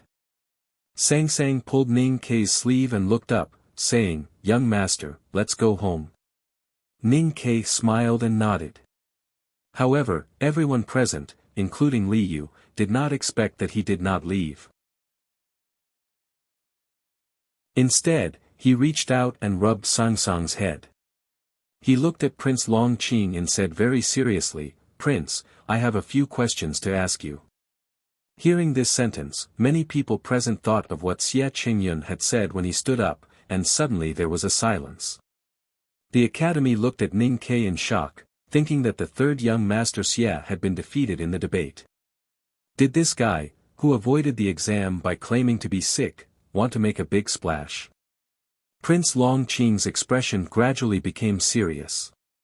He reached out to tidy up the front lapel of his clothes, sat up straight, and spread out his right hand, saying, "Please. Don't get me wrong. I have no interest in debating. In fact, I am not good at it. I am just a little confused about your previous confidence, so I have a few questions to ask you." Ning Ke took a step forward and asked, "Prince, may I ask if the firmament has eyes?" The clear blue sky was gray and cloudy, and snow was falling. How could there be eyes above the winter sky? Even the stars above the night sky could not be regarded as eyes, right? However, although Ning Ke said it was not debating, Prince Long Qing still responded very cautiously. After a little thought, he understood what Ning Ke meant. Hao Tian lived above the firmament, and looked down on millions of people with compassion and benevolence. Then, the firmament naturally has eyes. Ning Ke then asked, "Is there primordial qi between heaven and earth?" Prince Long Qing replied, "Of course there is." Ning Ke quickly asked the next question, "Is there any regularity in the fluctuation of primordial qi?" Prince Long Qing replied, "Yes." "Does the locust tree have roots?" "Yes." "Does the milkworm have life?" "Yes." "Does a normal person have thoughts?" "Yes." "Does the Tang Empire have an emperor?" "Yes." "Does the West Hill have doctrines?" "Yes." Ning Ke asked the questions faster and faster, but these questions were indeed very simple and had nothing to do with the debate. Prince Long Qing answered faster and faster as well. Their questions and answers were as quick as frying beans. The crowd became more and more confused about what he wanted to do. At this moment, they heard Ning Kei's next question. Are there holes in the socks? Of course, Prince Long Qing suddenly raised his eyebrows and stopped talking. Then he looked at Ning Kei standing in the field with a faint smile, as if he was looking at a pitiful worm whose cleverness had been crushed. He continued to answer in an indifferent tone, no. This series of questions was dull and even boring. But because it was related to Prince Long Qing in the previous storm, everyone listened very carefully. When Ning Kei asked the questions, all the students thought along with him and silently answered with Prince Long Qing in their hearts. When the last question appeared, they even directly answered yes, in their hearts. Until now, when they heard Prince Long Qing's sudden change of topic and answered no, they thought for a while and were shocked to realize that all this was just a verbal trap set by Ning Quebec. Situélan frowned and thought for a while. She looked at Ning Kei and shook her head. She lowered her voice and said to Jean Wuxia beside her, it's a pity that we didn't make Prince Long Qing look bad. Prince Long Qing was indeed a bigwig in the judicial department of the West Hill Divine Palace and a genius who was the center of attention. However, at the most critical moment, he found that Ning Kei's series of questions were just to lure him into a certain psychological pattern and verbal inertia. Ning Kei wanted him to make a mistake on the last question, which was so simple that it was stupid, and wanted him to admit in front of everyone that the socks had holes. Naturally, he would not be fooled. He looked at Ning Kei with a pitiful and disgusted look and said, I didn't expect that I would patiently listen to your question, but in the end, it was just this kind of petty cleverness. I really didn't expect you to do that. Ning Kei also looked at him with a faint smile. After a moment of silence, he shook his head and said, it's indeed a petty cleverness. But it's a pity that you can't even deal with it. I'm really disappointed. No one understood what he was talking about. They thought he was talking nonsense out of shame and anger. Those academy classmates who had always been estranged from him turned their heads and showed that they were ashamed to admit that they were classmates. Ning Kei shook his head and looked down at Sang Sang. He sighed and said, do you remember the story I told you when you were young? How did most of the bears die in the end? They died of stupidity. Sang Sang said, young master, you were right the other day. Most men who are too good-looking are not smart. Then she looked at Prince Long Qing and explained seriously, if there are no holes in the socks, then how do you put them in? Once again, everyone was silent. Those who understood the matter were dumbfounded and shamefully lowered their heads. They did not understand the matter, but looking at the expressions of the people around them, those who could guess were dumbfounded and had no time to lower their heads. Li Yu and Situélan couldn't help but smile. The expressions of the people from West Hill were extremely ugly. As for Prince Long Qing himself, after being called a man who was not smart by Sang Sang and figured out the abominable language trap, his face was so gloomy that it looked like a beautiful watercolor painting on a rainy day. I asked you just now, and you also answered me. We all know that Haotian has eyes. He is looking at the mortals in the secular world. You and I are like insects under the locust tree, living in the primordial chi of heaven and earth. We have to follow certain rules. Ning Kei looked at Prince Long Qing and said calmly, these rules in the Tang Empire are the golden words of the Emperor or the laws of the Tang Empire. In West Hill, they are the laws of the Holy Church. However, no matter which one is, it clearly recognizes that everyone's private property is not to be violated. Therefore, my things are always mine. As long as I don't agree, then don't think about taking them away. Only then did everyone realize that there was such a hidden meaning in those seemingly boring questions. Ning Kei continued, I asked these questions just to let the prince know these principles. Even if you answered the answer that a 3-year-old should know, it would be meaningless. Of course, the socks have holes, and of course, my handmaiden is mine. As long as I don't agree, you can't take away a penny from me. Prince Long Qing stared at his face, and after a long silence, he suddenly laughed and said calmly, "What you said makes sense, but I also know some other principles. If you don't have power, even if you only have the last penny on you, sometimes it will be difficult to protect it." Ning Ke smiled and asked, "Prince, are you threatening me?" Then he looked at Xing Jing and Li Yu at the table. He bowed with his hands folded in front and asked seriously, "Your Highness, Grand Secretary, he is threatening me. What should I do?" Grand Secretary Xing Jing was pushed to the wall by his words. He stroked his beard and said with a forced smile, "How could there be such a thing? You must have misheard." Li Yu replied with a smile, "Do you want to fight to your death with your insignificant ability?" Suddenly, she changed the topic and said calmly, "But I really don't know who dares to threaten the people of Tang Empire in Chang'an." This sentence was the real threat. Priest Moli flew into a rage. He slammed the table in front of him and was about to stand up. However, at this moment, Prince Long Qing coldly looked at his former teacher and forcibly suppressed him. Then he looked at Ning Ke and asked with a smile, "You are also a student of the academy. Will I see you when I enter the second floor?" Someone suddenly answered, "He didn't even enter the course of magic skills, so naturally he can't enter the second floor." The person who interrupted was Zhong Dajuan. Ning Ke's previous question about the socks had directly embarrassed everyone present, and he felt the most strongly. At this time, when he heard Prince Long Qing's question, he immediately pointed out that Ning Ke had no cultivation potential and was not qualified to enter the second floor, as if he could humiliate Ning Ke in this way. Prince Long Qing looked at Ning Ke expressionlessly and said, "That's a pity." After a moment of silence, Ning Ke smiled and said, "Perhaps there aren't so many regrets in the world."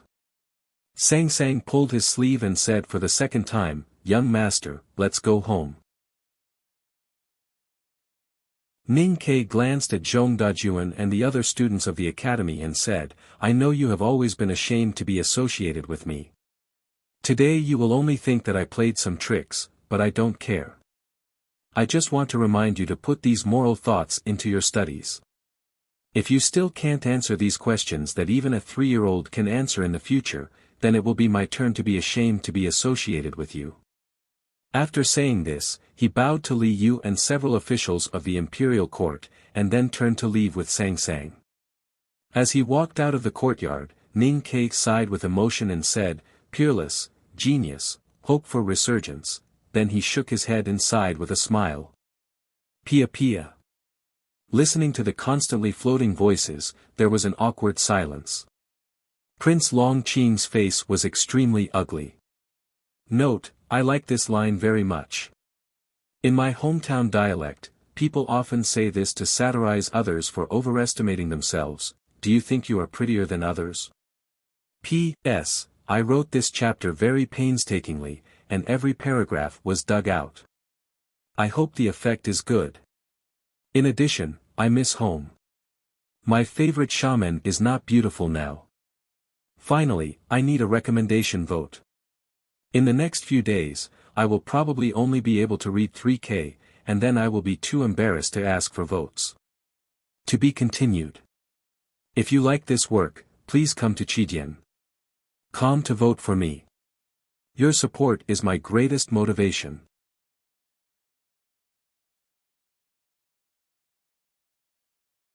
Chapter 148. Pia Pia was the crisp sound of the soles of shoes hitting the cheeks. It was a pity that the people in Chang'an City had not seen the comedians in skirts in that world, so they probably could not accurately understand the meaning they wanted to convey. Ning Ke walked out of the courtyard with Sang Sang, chatted with Chu Yuxian for a while, and then went out of the side door. However, they had not gone far in the horse carriage when they heard the rapid and dense sounds of hooves coming from behind. Sang Sang's thin shoulders slightly tightened. She looked up at him, her willowy eyes full of suspicion and vigilance. Ning Ke smiled and patted her shoulder, comforting her. Even if the prince is so angry that he dares to send his subordinates to kill or beat us in Chang'an, he would not be so idiotic as to follow us as soon as we left the house. His judgment was not wrong. The luxurious carriages with soft ropes on them were branded with the emblem of the imperial family. The coachman saw this and hurriedly shouted for the carriages to move to the side of the road. However, he did not expect that these carriages with the emblem of the great Tang imperial family would slowly stop. The green curtain was lifted, revealing Li Yu's beautiful and pleasant face. Her brows were slightly furrowed, but there was a smile at the corner of her mouth. Her true emotions could not be seen. Ning Ke hurriedly got off the horse carriage with Sang Sang and respectfully walked to the window to bow. He might not have any respect for the princess deep in his heart, but he did not dare to show it on this crowded street. I heard that you are not popular in the academy a few days ago. Li Yu smiled and looked at him by the window. After a pause, she said, at the banquet today, even though you were standing up for the academy, you did not make your classmates feel like they were on the same side. From this, it can be seen that your relationship with the academy is not bad, but extremely poor. Ning Ke replied with a smile, popularity is a strange thing. It's like the weeds growing on the city walls. Wherever the wind blows, the weeds will run. If you're not popular, it just means that the wind you blow isn't strong enough. What you said is interesting. Li Yu said with a smile. Ning Ke scratched his head and looked at the woman behind the window. He replied, I only said it because your highness could understand. Li Yu sighed, if other people heard you talking to me in such a tone, they would be shocked at your impudence. Ning Ke smiled and bowed with hands folded in front. That's because her highness is virtuous and we are old acquaintances. Naturally, I don't need to be too particular with my words. Li Yu sighed, stared into his eyes and said, you are a young man. You are not impudent when you should be. You are only impudent in front of me. Ning Ke felt strange hearing this. After a moment of silence, he replied with a smile, Your Highness, your words are unreasonable. At least I believe that Prince Longqing will think that I am presumptuous enough today. Thinking of Prince Longqing's gloomy face, Li Yu felt refreshed as if she had been washed by the spring breeze. She looked at Ning Ke with satisfaction and then at Sang Sang beside him. She praised, you did well today. But, you are not afraid of offending the Yen Kingdom's subjects and the West Hill Divine Palace just because of a temporary dispute. You are much more courageous than before. To be honest, it is not like your original temperament. This was a seemingly ordinary but sharp question. Only those who had been in contact with Ning Ke knew that this soldier from the border town had always cared more about benefits, such as life and death. He had never cared about fame or humiliation. At this time, Ning Ke recalled his previous tough and sharp words at the banquet and found it somewhat interesting. He smiled and shook his head, explaining, I don't know why, but I'm very unhappy when I see Prince Longqing's behavior. When the little Taoist boy said those words, I really wanted to flip the table and kill him, but... Your Highness, you also know that I'm not capable of killing him, so I can only stab him a few times to get some interest. This is just the interest. Li Yu said with a smile. Then she thought of the big event the day after tomorrow and the Yen Kingdom's Crown Prince Chongming, who seemed to be forgotten today. She gradually stopped smiling and looked at Ning Ke seriously. After a long silence, she said in a low voice, this year, only one person can enter the second floor. That person, could it be you? Ning Ke looked at the serious look of the woman in the window and did not know how to answer. I don't care what the West Hill Divine Palace and the Yen Kingdom are thinking. I also don't care what agreement the Imperial Court has reached with them. I only know that I really don't want to see Prince Longqing enter the second floor. Li Yu stared into his eyes and said. Ning Ke looked back into her eyes and spread his hands helplessly. He said, Prince Longqing is a cultivator standing on the threshold of knowing destiny state and a bigwig of the judicial department of the West Hill Divine Palace. And I am just an ordinary student of the academy. Don't you think too highly of me if your highness expects me to be an obstacle on his path to glory? The light in Li Yu's eyes gradually faded. She looked at Ning Kei's clean and fresh but still ordinary face and thought that she was really out of her mind. How could she have thought of pinning her hopes on this guy? She could not help but laugh at herself. She stretched out her hand through the window and gently pinched Song Song's cheek. She praised, "You are much more capable than your young master." In the past 6 months, Sang Sang often went to the princess's mansion to play and was very familiar with Li Yu. She did not resist such intimate actions. She burped and said softly, "Young master is the real capable one." Hua Shangyue, the senior captain of Gushan Commandery, came to the side of the royal carriage. Looking at the carriage that was about to disappear at the corner, he suddenly said, "I haven't seen you for a year. I didn't expect that young man from border town to enter the academy. On the journey last year, Mr. Liu Qingchen once said something to me. He said that since we can be sure that Ning Kei can enter the academy without any reason, why can't we believe that he can enter the second floor?" Li Yu looked through the window and looked at the lively crowd on the street in front of her. She said indifferently, "Today when I saw him talking in the courtyard, I suddenly thought of this sentence. I thought of Mr. Liu's strange hope for him and could not help but have a thought. Could it be that I have misjudged him this time? Today, his performance at the banquet was indeed wonderful. He did not embarrass the Tang Empire and the academy. But, this is after all just some skills in words. If he were to face a peerless cultivation genius like Prince Long Qin on the battlefield, as he said before, it would be overestimating him." Hua Shangyue commented indifferently. In his opinion, comparing an ordinary student of the academy like Ning Kei with Prince Long Qin should not be considered in this way, for it was too absurd. "Maybe what you said is right." Li Yu put down the cyan curtain and leaned back on the golden cushion. She raised her elbow to support her chin. There was a playful smile between her clear and sharp eyes. "If you are really a talent, then you will eventually become my talent in the future." She smiled and murmured, "Because at least I already know what your weakness is." When the carriage gathered and chatted in the middle of the street, a large group of people walked out of the main entrance of the Victory House. They wore Taoist robes and looked solemn. They were the people from the West Hill Divine Palace. Prince Long Qin walked in the middle of the crowd with a calm expression. As soon as he went out, his beautiful face attracted a lot of screams from the women on the street. Listening to these cries of joy and admiration, he was not moved by this, nor did he show a look of disgust. He was just solemn and quiet. He slowly stepped on the golden carriage engraved with Fu characters. He closed his eyes and kept silent for a moment. Suddenly he opened his eyes and said indifferently, "That academy student is not a cultivator." Priest Moli, the deputy dean of the Yutian Academy of West Hill, sat respectfully opposite him. Although they were teacher and student in the past, there was a gap between them when Prince Long Qin became the second person in the judicial department of the Divine Hall after the Tao Addict. No one dared to cross it.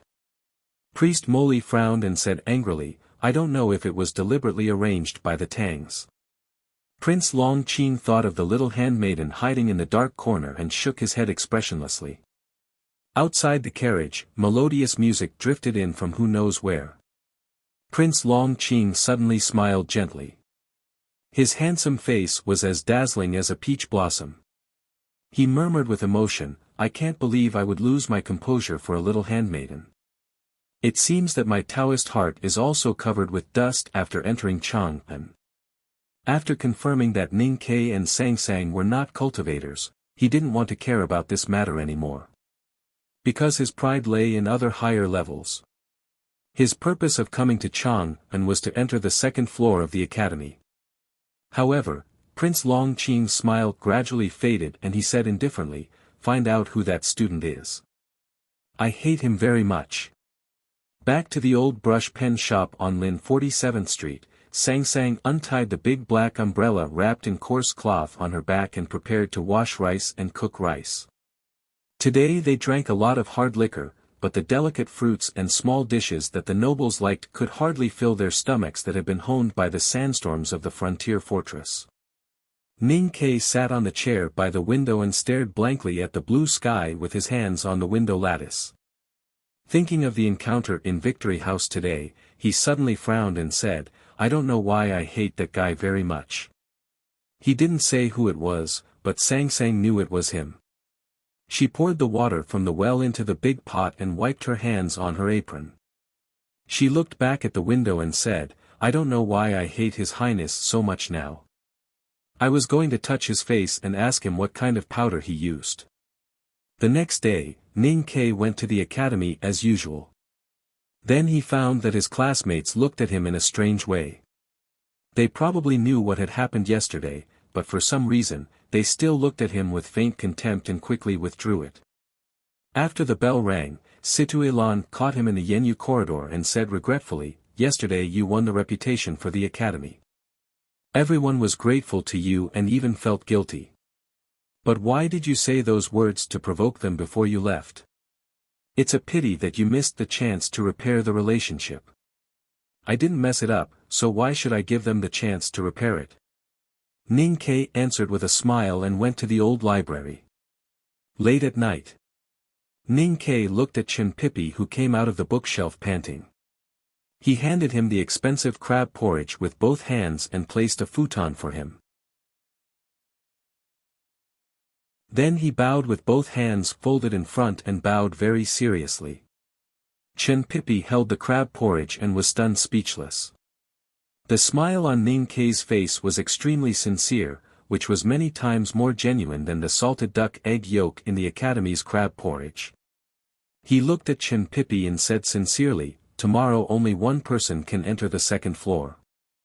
I really want to enter, but I really don't want Prince Long Qing to enter. Tell me, how much hope do I have? Don't look at me like that. I know Prince Long Qing is like the Son of God from heaven, and I'm just an ordinary lump of dirt in the human world. It seems hopeless to compete with him in terms of cultivation, state and strength, and to beat him in the entrance test. But I think, if you secretly tell me the exam questions, maybe there will always be hope in the human world." To be continued. If you like this work, please come to Chidian.com to vote for me. Your support is my greatest motivation.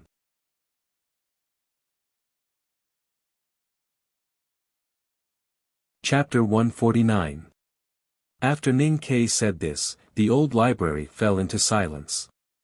Chen Pippi stared at his eyes, and after a long silence, his thick lips slightly moved and he said, "You are really beautiful." Ning Ke was so angry that he stared back at him and said coldly, "Even if you don't want to reveal the exam questions, you don't have to talk to me like this.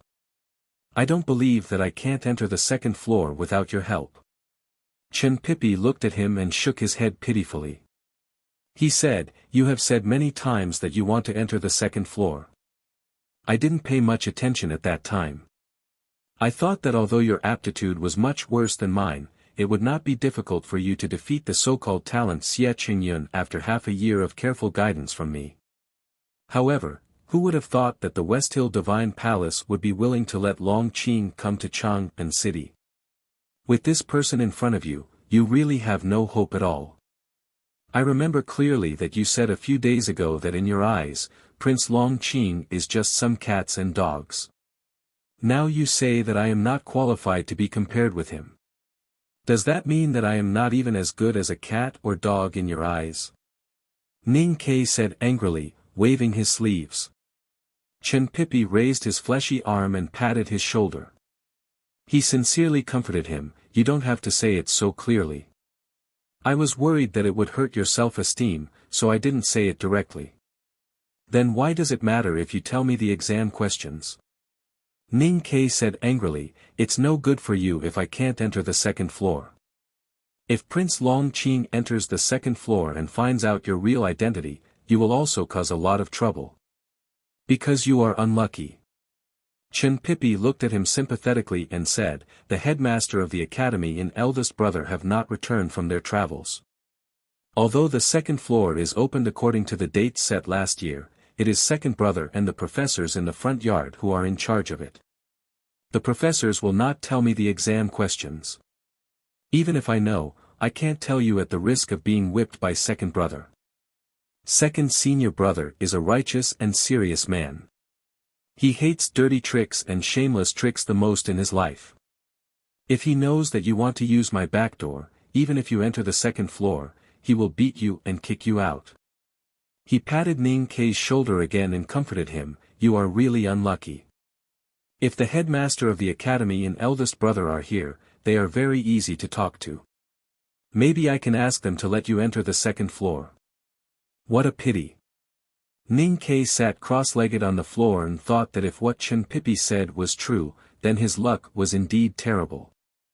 He could not help but sigh bitterly, the headmaster is really too much. How can there be so many fun places in the world? It's really irresponsible of him not to return to the academy after playing for a year. Chen Pipi's face was full of disdain as he exposed his thoughts. You want the headmaster to rush back to the academy because you want him to be irresponsible. After a moment of silence, Ning Kei patted the floor heavily and looked up into Chen Pipi's eyes. He said seriously, well, I don't expect you to leak the questions, but you have to at least tell me how to enter the second floor. It is better to know the general scope and methods of the exam than to be confused now. I can tell you. Chen Pipi picked up the crab porridge and happily swallowed half of it. He said vaguely, but it is useless to say this. Why? Ning Kei asked nervously. Because the exam method is different every time the second floor opens. The specific content is decided by the headmaster of the academy years in advance. You may be asked to write a piece of calligraphy, or draw a picture.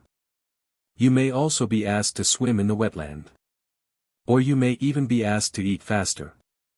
Take that year, Chen Pipi began to introduce with great interest, but Ning Kei's mind drifted elsewhere. When he heard that it might be calligraphy and painting, his mind buzzed and he felt extremely happy. However, when he heard what Chen Pipi said, the happiness or surprise suddenly turned into confusion and extreme absurdity. Wait, swim and eat. What's this test about? Chen Pipi put down the crab porridge in his hand, looked at him innocently and said, I'm not the headmaster of the academy, how would I know what the test is about? But I heard it from my senior brothers and sisters, so it shouldn't be false. Ning Kei slightly raised his eyebrows and looked at his fat face. He hesitated and asked, then, what did you take that year? Upon hearing this question, Chen Pipi gently waved his sleeves to wipe off the non-existent dust on his clothes. A calm and composed smile appeared on his face as he put on a calm and unperturbed demeanor. Then, he slowly said, I've told you that I'm a rare cultivation genius. That year, I directly entered the second floor after I got 6 A+ grades. The headmaster of the academy greeted me with a smile on the mountain road and eldest brother rubbed my head affectionately. There was no need for me to be tested. This should be called exemption from the examination. Ning Kei looked at the complacent expression in his bean-like eyes and suddenly had a strong impulse to beat him up. But when he thought that this fat man was a cultivator in the knowing destiny state who was more vigorous than Prince Long Qin, he had to dispel this idea. He sneered and said, in my opinion, you are a big pot of steamed buns. Chen Pipi touched his head and asked curiously, is it cute to be white and fat? No, it means that you are purely a foodie. Ning Kei angrily scolded, you claim to be the treasure of the academy and the most favored younger brother of the second floor. But you don't know what the exam is and you don't know either. I even pinned all my hopes on you and bought you such an expensive bowl of porridge. He thought of Prince Long Qin's graceful figure when the second floor opened tomorrow, thought of his own miserable ending, and looked at Chen Pipi's helpless expression. He felt more and more annoyed and reached out to grab the porridge bowl beside him and poured the remaining half of the crab porridge into his stomach. Oh, why did you drink all of it? No one knew whether Chen Pipi was angry because the crab porridge was robbed or because he was called a foodie. He pointed at Ning Kei's nose and scolded, "I am a useless foodie. If it weren't for me, I am really useless." Ning Kei lowered his head. His expression could not be seen, but his voice was a little tired and gloomy. "In fact, I have always thought that I am a real genius and can learn everything quickly, including killing horses, cows, and chickens. But cultivation really hurts my confidence. After so many years, I finally made some progress last year. But now when I see Prince Longqing, I can't have the confidence to fight him head-on, so I subconsciously come to you for help." He raised his head and looked at Chen Pipi, saying self-mockingly, "I really want to enter the second floor, but I really don't have the confidence to defeat Longqing and become the only one." In the past 6 months, Chen Pipi had seen Ning Kei improve step by step from an ordinary lad who didn't know what cultivation was to the current state. He had long believed that this friend of the same age as him was also a genius. Interestingly, Ning Kei did not know this because he lacked a normal frame of reference. But Ning Kei's time in the cultivation world was too short. Not to mention compared with him, even Prince Longqing was a mountain that he could not reach. Looking at Ning Kei's self-deprecating expression, he had a strong feeling of sympathy. After a sigh, he forced a smile and said, "Although it is difficult for a peerless genius like me to understand the troubles of ordinary people like you, but, just like in the past 6 months, if you have any questions about cultivation, you can still ask me. In this case, there is not much difference whether you enter the second floor of the academy or not." Ning Kei shook his head and replied, "Like now, I am learning from you. So no matter how well I learn, I will never be able to surpass you. But what if I have the opportunity to learn from the headmaster?" Hearing this, Chen Pipi's small eyes widened, and the little sympathy he had just had suddenly disappeared. He shouted angrily, "Are you still not satisfied with reaching my level?" Ning Kei tiredly leaned back against the wall and closed his eyes. He was too lazy to say anything, and he looked extremely disappointed. Chen Pipi couldn't bear to look at him. His two tightened eyebrows under his smooth forehead suddenly raised, and he whispered, "In fact, those who can enter the second floor are not necessarily geniuses in cultivation. Sixth brother is a good blacksmith born from a good blacksmith." Ning Kei suddenly opened his eyes. Chen Pipi didn't look at him, and continued to frown. The headmaster of the academy values a student's temperament the most. Every time the second floor opens, although the examination methods are different, they are all the same. So no matter how the examination is tomorrow, the first thing you have to do is to stay true to yourself and do this to the extreme. Then you may have a chance. The extreme? Ning Kei thoughtfully said to himself. It's late. Let's go back. Chen Pipi glanced at the spring night stars outside the west window and said, "There are only a few hours left before the second floor opens." After returning to the old brush pen shop on Lin 47th Street, Ning Kei couldn't fall asleep for a long time. He lay on the bed and stared at the ceiling above his head. His seemingly calm eyes actually hid nervousness and confusion, and his body also seemed a little tense because of nervousness. Even he himself couldn't explain why he had such a strong desire to enter the second floor of the academy. Perhaps it was because of the infinite yearning for the cultivation world since childhood. Years of hard work like last year when he kept coughing up blood to climb the stairs made every cell in his body love that world more and more. More because he finally stepped into that magical world last year and saw more strange scenery, he increasingly wanted to see more scenery.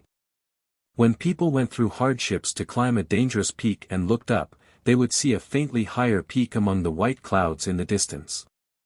If they could overcome their fatigue, then they would always want to go to the higher peak and see more beautiful scenery that they had never seen before. Climbing the city tower to see the mountain scenery, climbing the high mountain to see the city scenery, sitting on the clouds to see the scenery of the world. This was what a worthwhile life should be like. Sang Sang sat on the edge of the bed and stared at his cheek. She held his hand with a little force, trying to pass some kind of strength to him. There was a forced but sincere smile on her dark face, trying to pass some kind of confidence to him. On this night in the spring of the 14th year of Tianqi era, the whole Chang'an city and even the whole world were paying attention to the opening of the second floor of the academy tomorrow. But no one knew how important this matter was to the ordinary lad who had been cruelly judged to be unable to cultivate since childhood, living in the back house of the shabby bookstore in the eastern city of Chang'an. Written on my birthday, revised on 201112102132. I spent this birthday alone in the hotel. It's a legend. I'll remember it. To be continued. If you like this work, please come to Chidian.com to vote for it. Your support is my biggest motivation.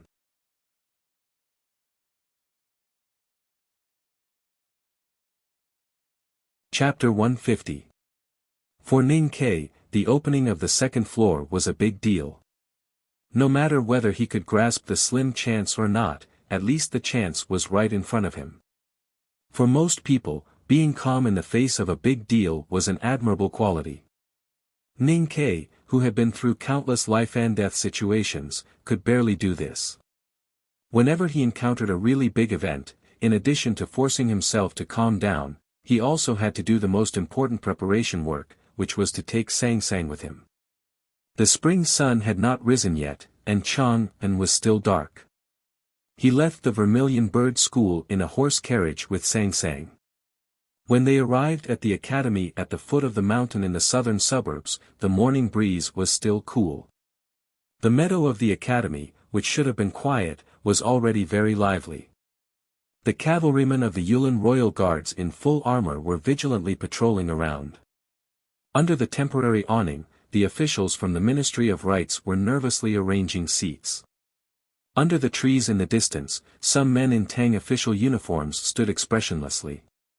It was unknown which department these people belonged to, but they naturally exuded a dangerous aura. Looking at the lively and solemn scene around him, Ning Ke thought of the academy entrance examination a year ago. He found that the security level today was not much lower than that of the academy entrance examination. Only then did he realize one thing. The opening of the second floor was certainly not only a big deal in his life, but also a big deal for the whole of Chang'an. This year, because Prince Long Qing from the Judicial Department of the Divine Hall was going to enter the second floor of the academy, which involved the complicated relationship between the Tang Empire, the West Hill Divine Palace and the Yan Kingdom, it became a big deal. Because of the tight security and bad luck, Sang Sang could not enter the academy this time. She could only regretfully wait in the meadow outside the stone gate of the academy. At this time, there was still half a day before the opening of the second floor. Ning Ke deliberately came early not to sit in the academy's meadow and bask in the sun like a tourist. He walked into the familiar academy, walked through the bamboo forest along the back alley, walked around the wetland twice, and then went to the old library to greet the instructor who had just woken up. Then he lifted the front of his robe and walked upstairs. Professor Yu's childish figure did not appear beside the desk by the east window, not knowing whether it was because it was too early or for some other reason. Ning Ke was slightly startled. He walked to the table by the west window and poured water into the ink to moisten the brush. After a few deep breaths, he casually wrote a piece of calligraphy. After confirming that his mind was clear and calm, he put down the brush and left. After walking through the dense forest behind the wetland, the view in front of them suddenly widened. The green meadow was as smooth as a blanket under the early morning light, making anyone who saw it want to take off their clothes and roll on it a dozen times. This was a very remote place in the academy. In the past half a year, very few students would come here except for Ning Ke himself. Even if they came, they would only sit on the edge of the meadow, watching the stars and talking about love. They would not stroll across the meadow and cross such a long distance to walk to the center of the forest that was as sharp as a sword. Ning Ke walked into the tall and steep trees and stroked the smooth trunks with his palm. He looked up at the sparse branches at the top of the forest and frowned in silence. What did you do today? The female professor's voice came from the woods. Greetings, teacher. Ning Ke looked at the approaching figure in the woods and bowed respectfully. He straightened up and thought carefully for a moment before answering, I ate a bowl of chicken noodle soup with pickled radish today. I came to the academy by horse carriage and stood outside the stone gate for a while. Then I went to classroom 3 to put down my things and walked 2.5 circles around the lake. I went to the old library to see the teacher and wanted to go upstairs to ask for your advice. Because you were not here, I wrote a piece of calligraphy and came here. The female professor walked in front of him. Her face, whose age could never be guessed, was calm and tranquil.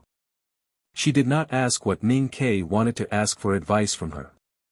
Instead, she smiled and said calmly, it's a pity that you still can't calm down after doing so many things. Ning Ke nodded and answered honestly, I know I don't have much of a chance, but I can't help but think that I'm lucky. Once I have an idea, it's hard to calm down. I wonder if you have anything to teach me. I'm just a mediocre person in the see-through state. The female professor gently lifted the floating hair in front of her forehead and said with a smile, there's really nothing to teach a person like you who has big ideas. Ning Ke smiled and scratched his head awkwardly. There's no need to demand a peaceful state of mind under any circumstances. Even though you're also a person who likes to study, you're still a young man after all. You can't be like me, sitting by the east window every day, copying flowers without knowing how long it's been.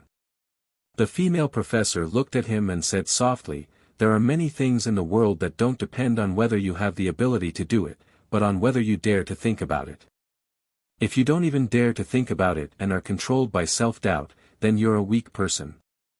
I only need to know how strong your desire to enter the second floor is. Or should I say, how strong is it?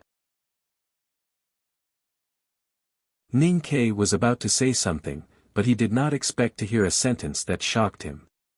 If you give up on entering the second floor today, I can introduce you to a strong person who is no weaker than Lu Bai. It was quiet in the forest. Ning Ke looked at the female professor's calm face and realized that her tone when she said this was so casual and normal. It was as if she was saying that if he did not want to eat fruit pancakes, she would make him a bowl of sesame paste noodles. She did not show off, but there was an unquestionable meaning.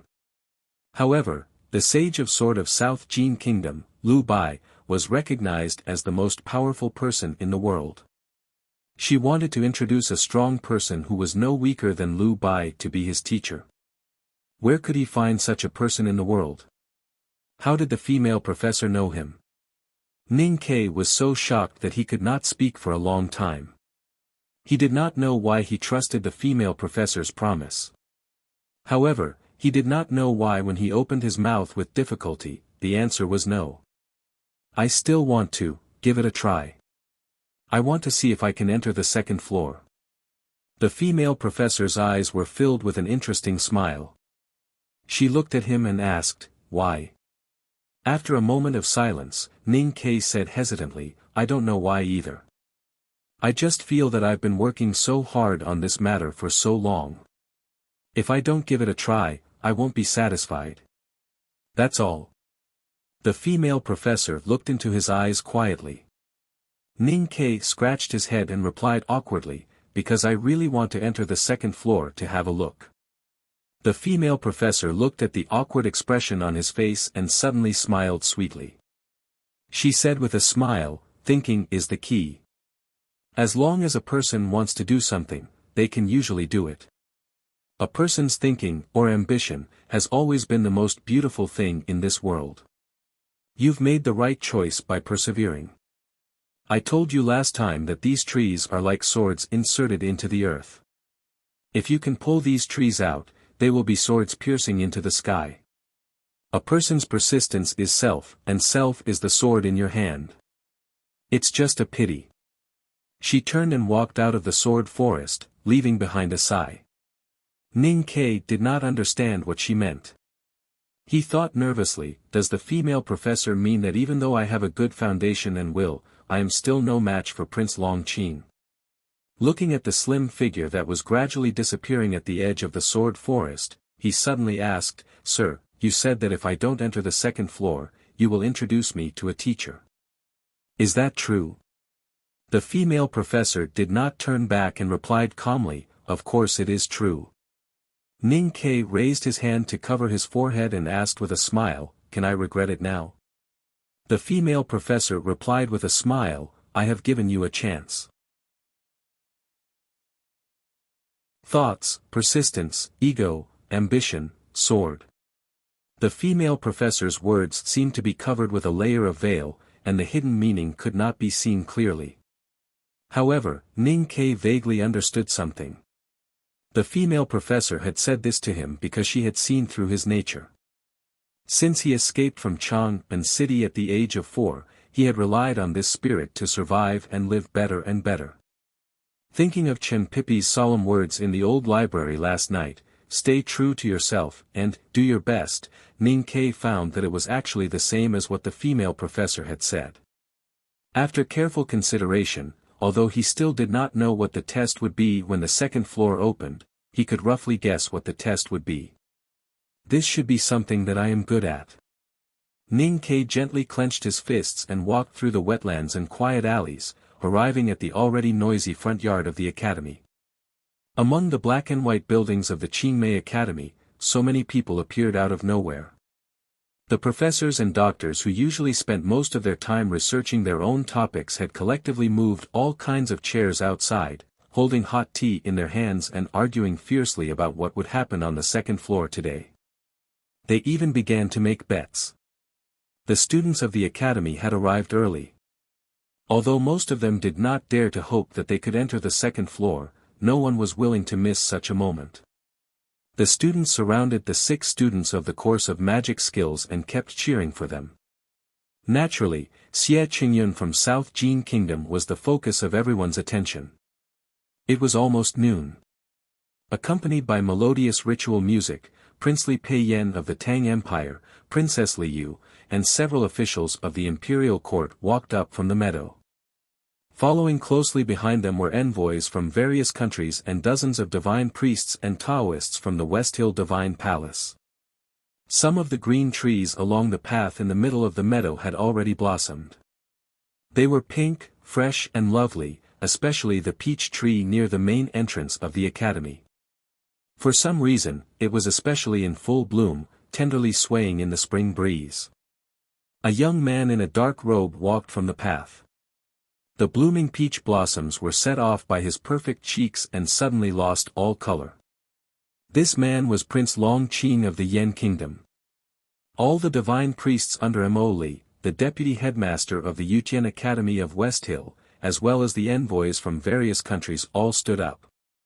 The academy students who were in a heated discussion suddenly fell silent.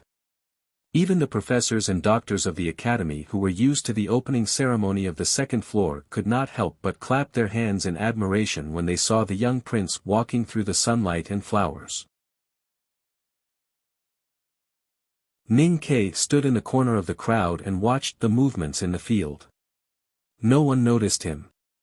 Even after that day, no one would really consider an ordinary academy student like him as an opponent of Prince Long Qing. A professor of the academy walked out. Seeing the professor's appearance, all the princes, princesses, and bigwigs of the West Hill Divine Palace stood up and slightly bowed to him. This was because the professor was a divine talisman master who lived in seclusion in the academy and had an extremely noble status. No one would put on airs in front of such a person, not to mention that the opening ceremony of the second floor of the academy was presided over by this professor. The second floor of the academy opens today and only accepts one person. The professor looked at the hundreds of people in the field and said expressionlessly. No one knew what kind of talisman magic he used, but his old voice was clearly transmitted to everyone's ears, and it did not seem to be loud or ear-piercing. The test method is very simple. The professor pointed to the mountain behind the academy that was covered by clouds and mist and said, "The stone path turns around the mountain. If you want to enter the second floor of the academy, please climb the mountain at will. Whoever can reach the top of the mountain can enter the second floor." If no one can reach the top, then the winner will be determined by the one who climbs higher. To determine the winner by climbing the mountain to determine who was qualified to enter the second floor of the academy. The people on the front lawn of the academy looked puzzled and thought that this was too absurd and childish. However, no expression could be seen on the faces of Princely Peiyan and Priest Imoli. These bigwigs still knew some details about the opening of the second floor in the past and knew that the people in the academy liked to be mysterious, but they did not think that it was child's play. Everyone in the field raised their heads and looked at the mountain behind the academy. At this time, the sun had risen to the highest point of the sky and the light was the most intense. However, for some reason, the blazing sun could not disperse the mist on the mountainside. People could not see the appearance of the mountain in the clouds at all, and could only see the sloping mountain path under the clouds. It was not until now that many students of the academy remembered that they had never looked at this mountain. Although this mountain was tall and steep and was just behind the academy, it seemed to have disappeared because of its silence and calmness. The mountain was there, the mountain would always be there. Since that was the case, why would they specially look at it? The road to the back of the mountain was behind the quiet alley of the academy and behind a fence not far from the second floor. People could clearly see the not-so-rugged mountain path at the foot of the mountain when they stood on the stone ground of the academy. It was quiet, and no one spoke. Time ticked by, but no one walked towards the mountain. It seems that I have to go first. In the dead silence caused by the tension, a person's voice suddenly sounded. To everyone's surprise, the first to climb the mountain and move towards the second floor of the academy was not a student of the academy, nor was it Prince Longqing, who was regarded as the son of God by all the believers of Haotian Taoism. It was a young monk. The monk was about 20 years old and had a handsome appearance. He wore a tattered but clean monk's robe and a pair of straw sandals. The edges of the straw sandals were almost rotting away.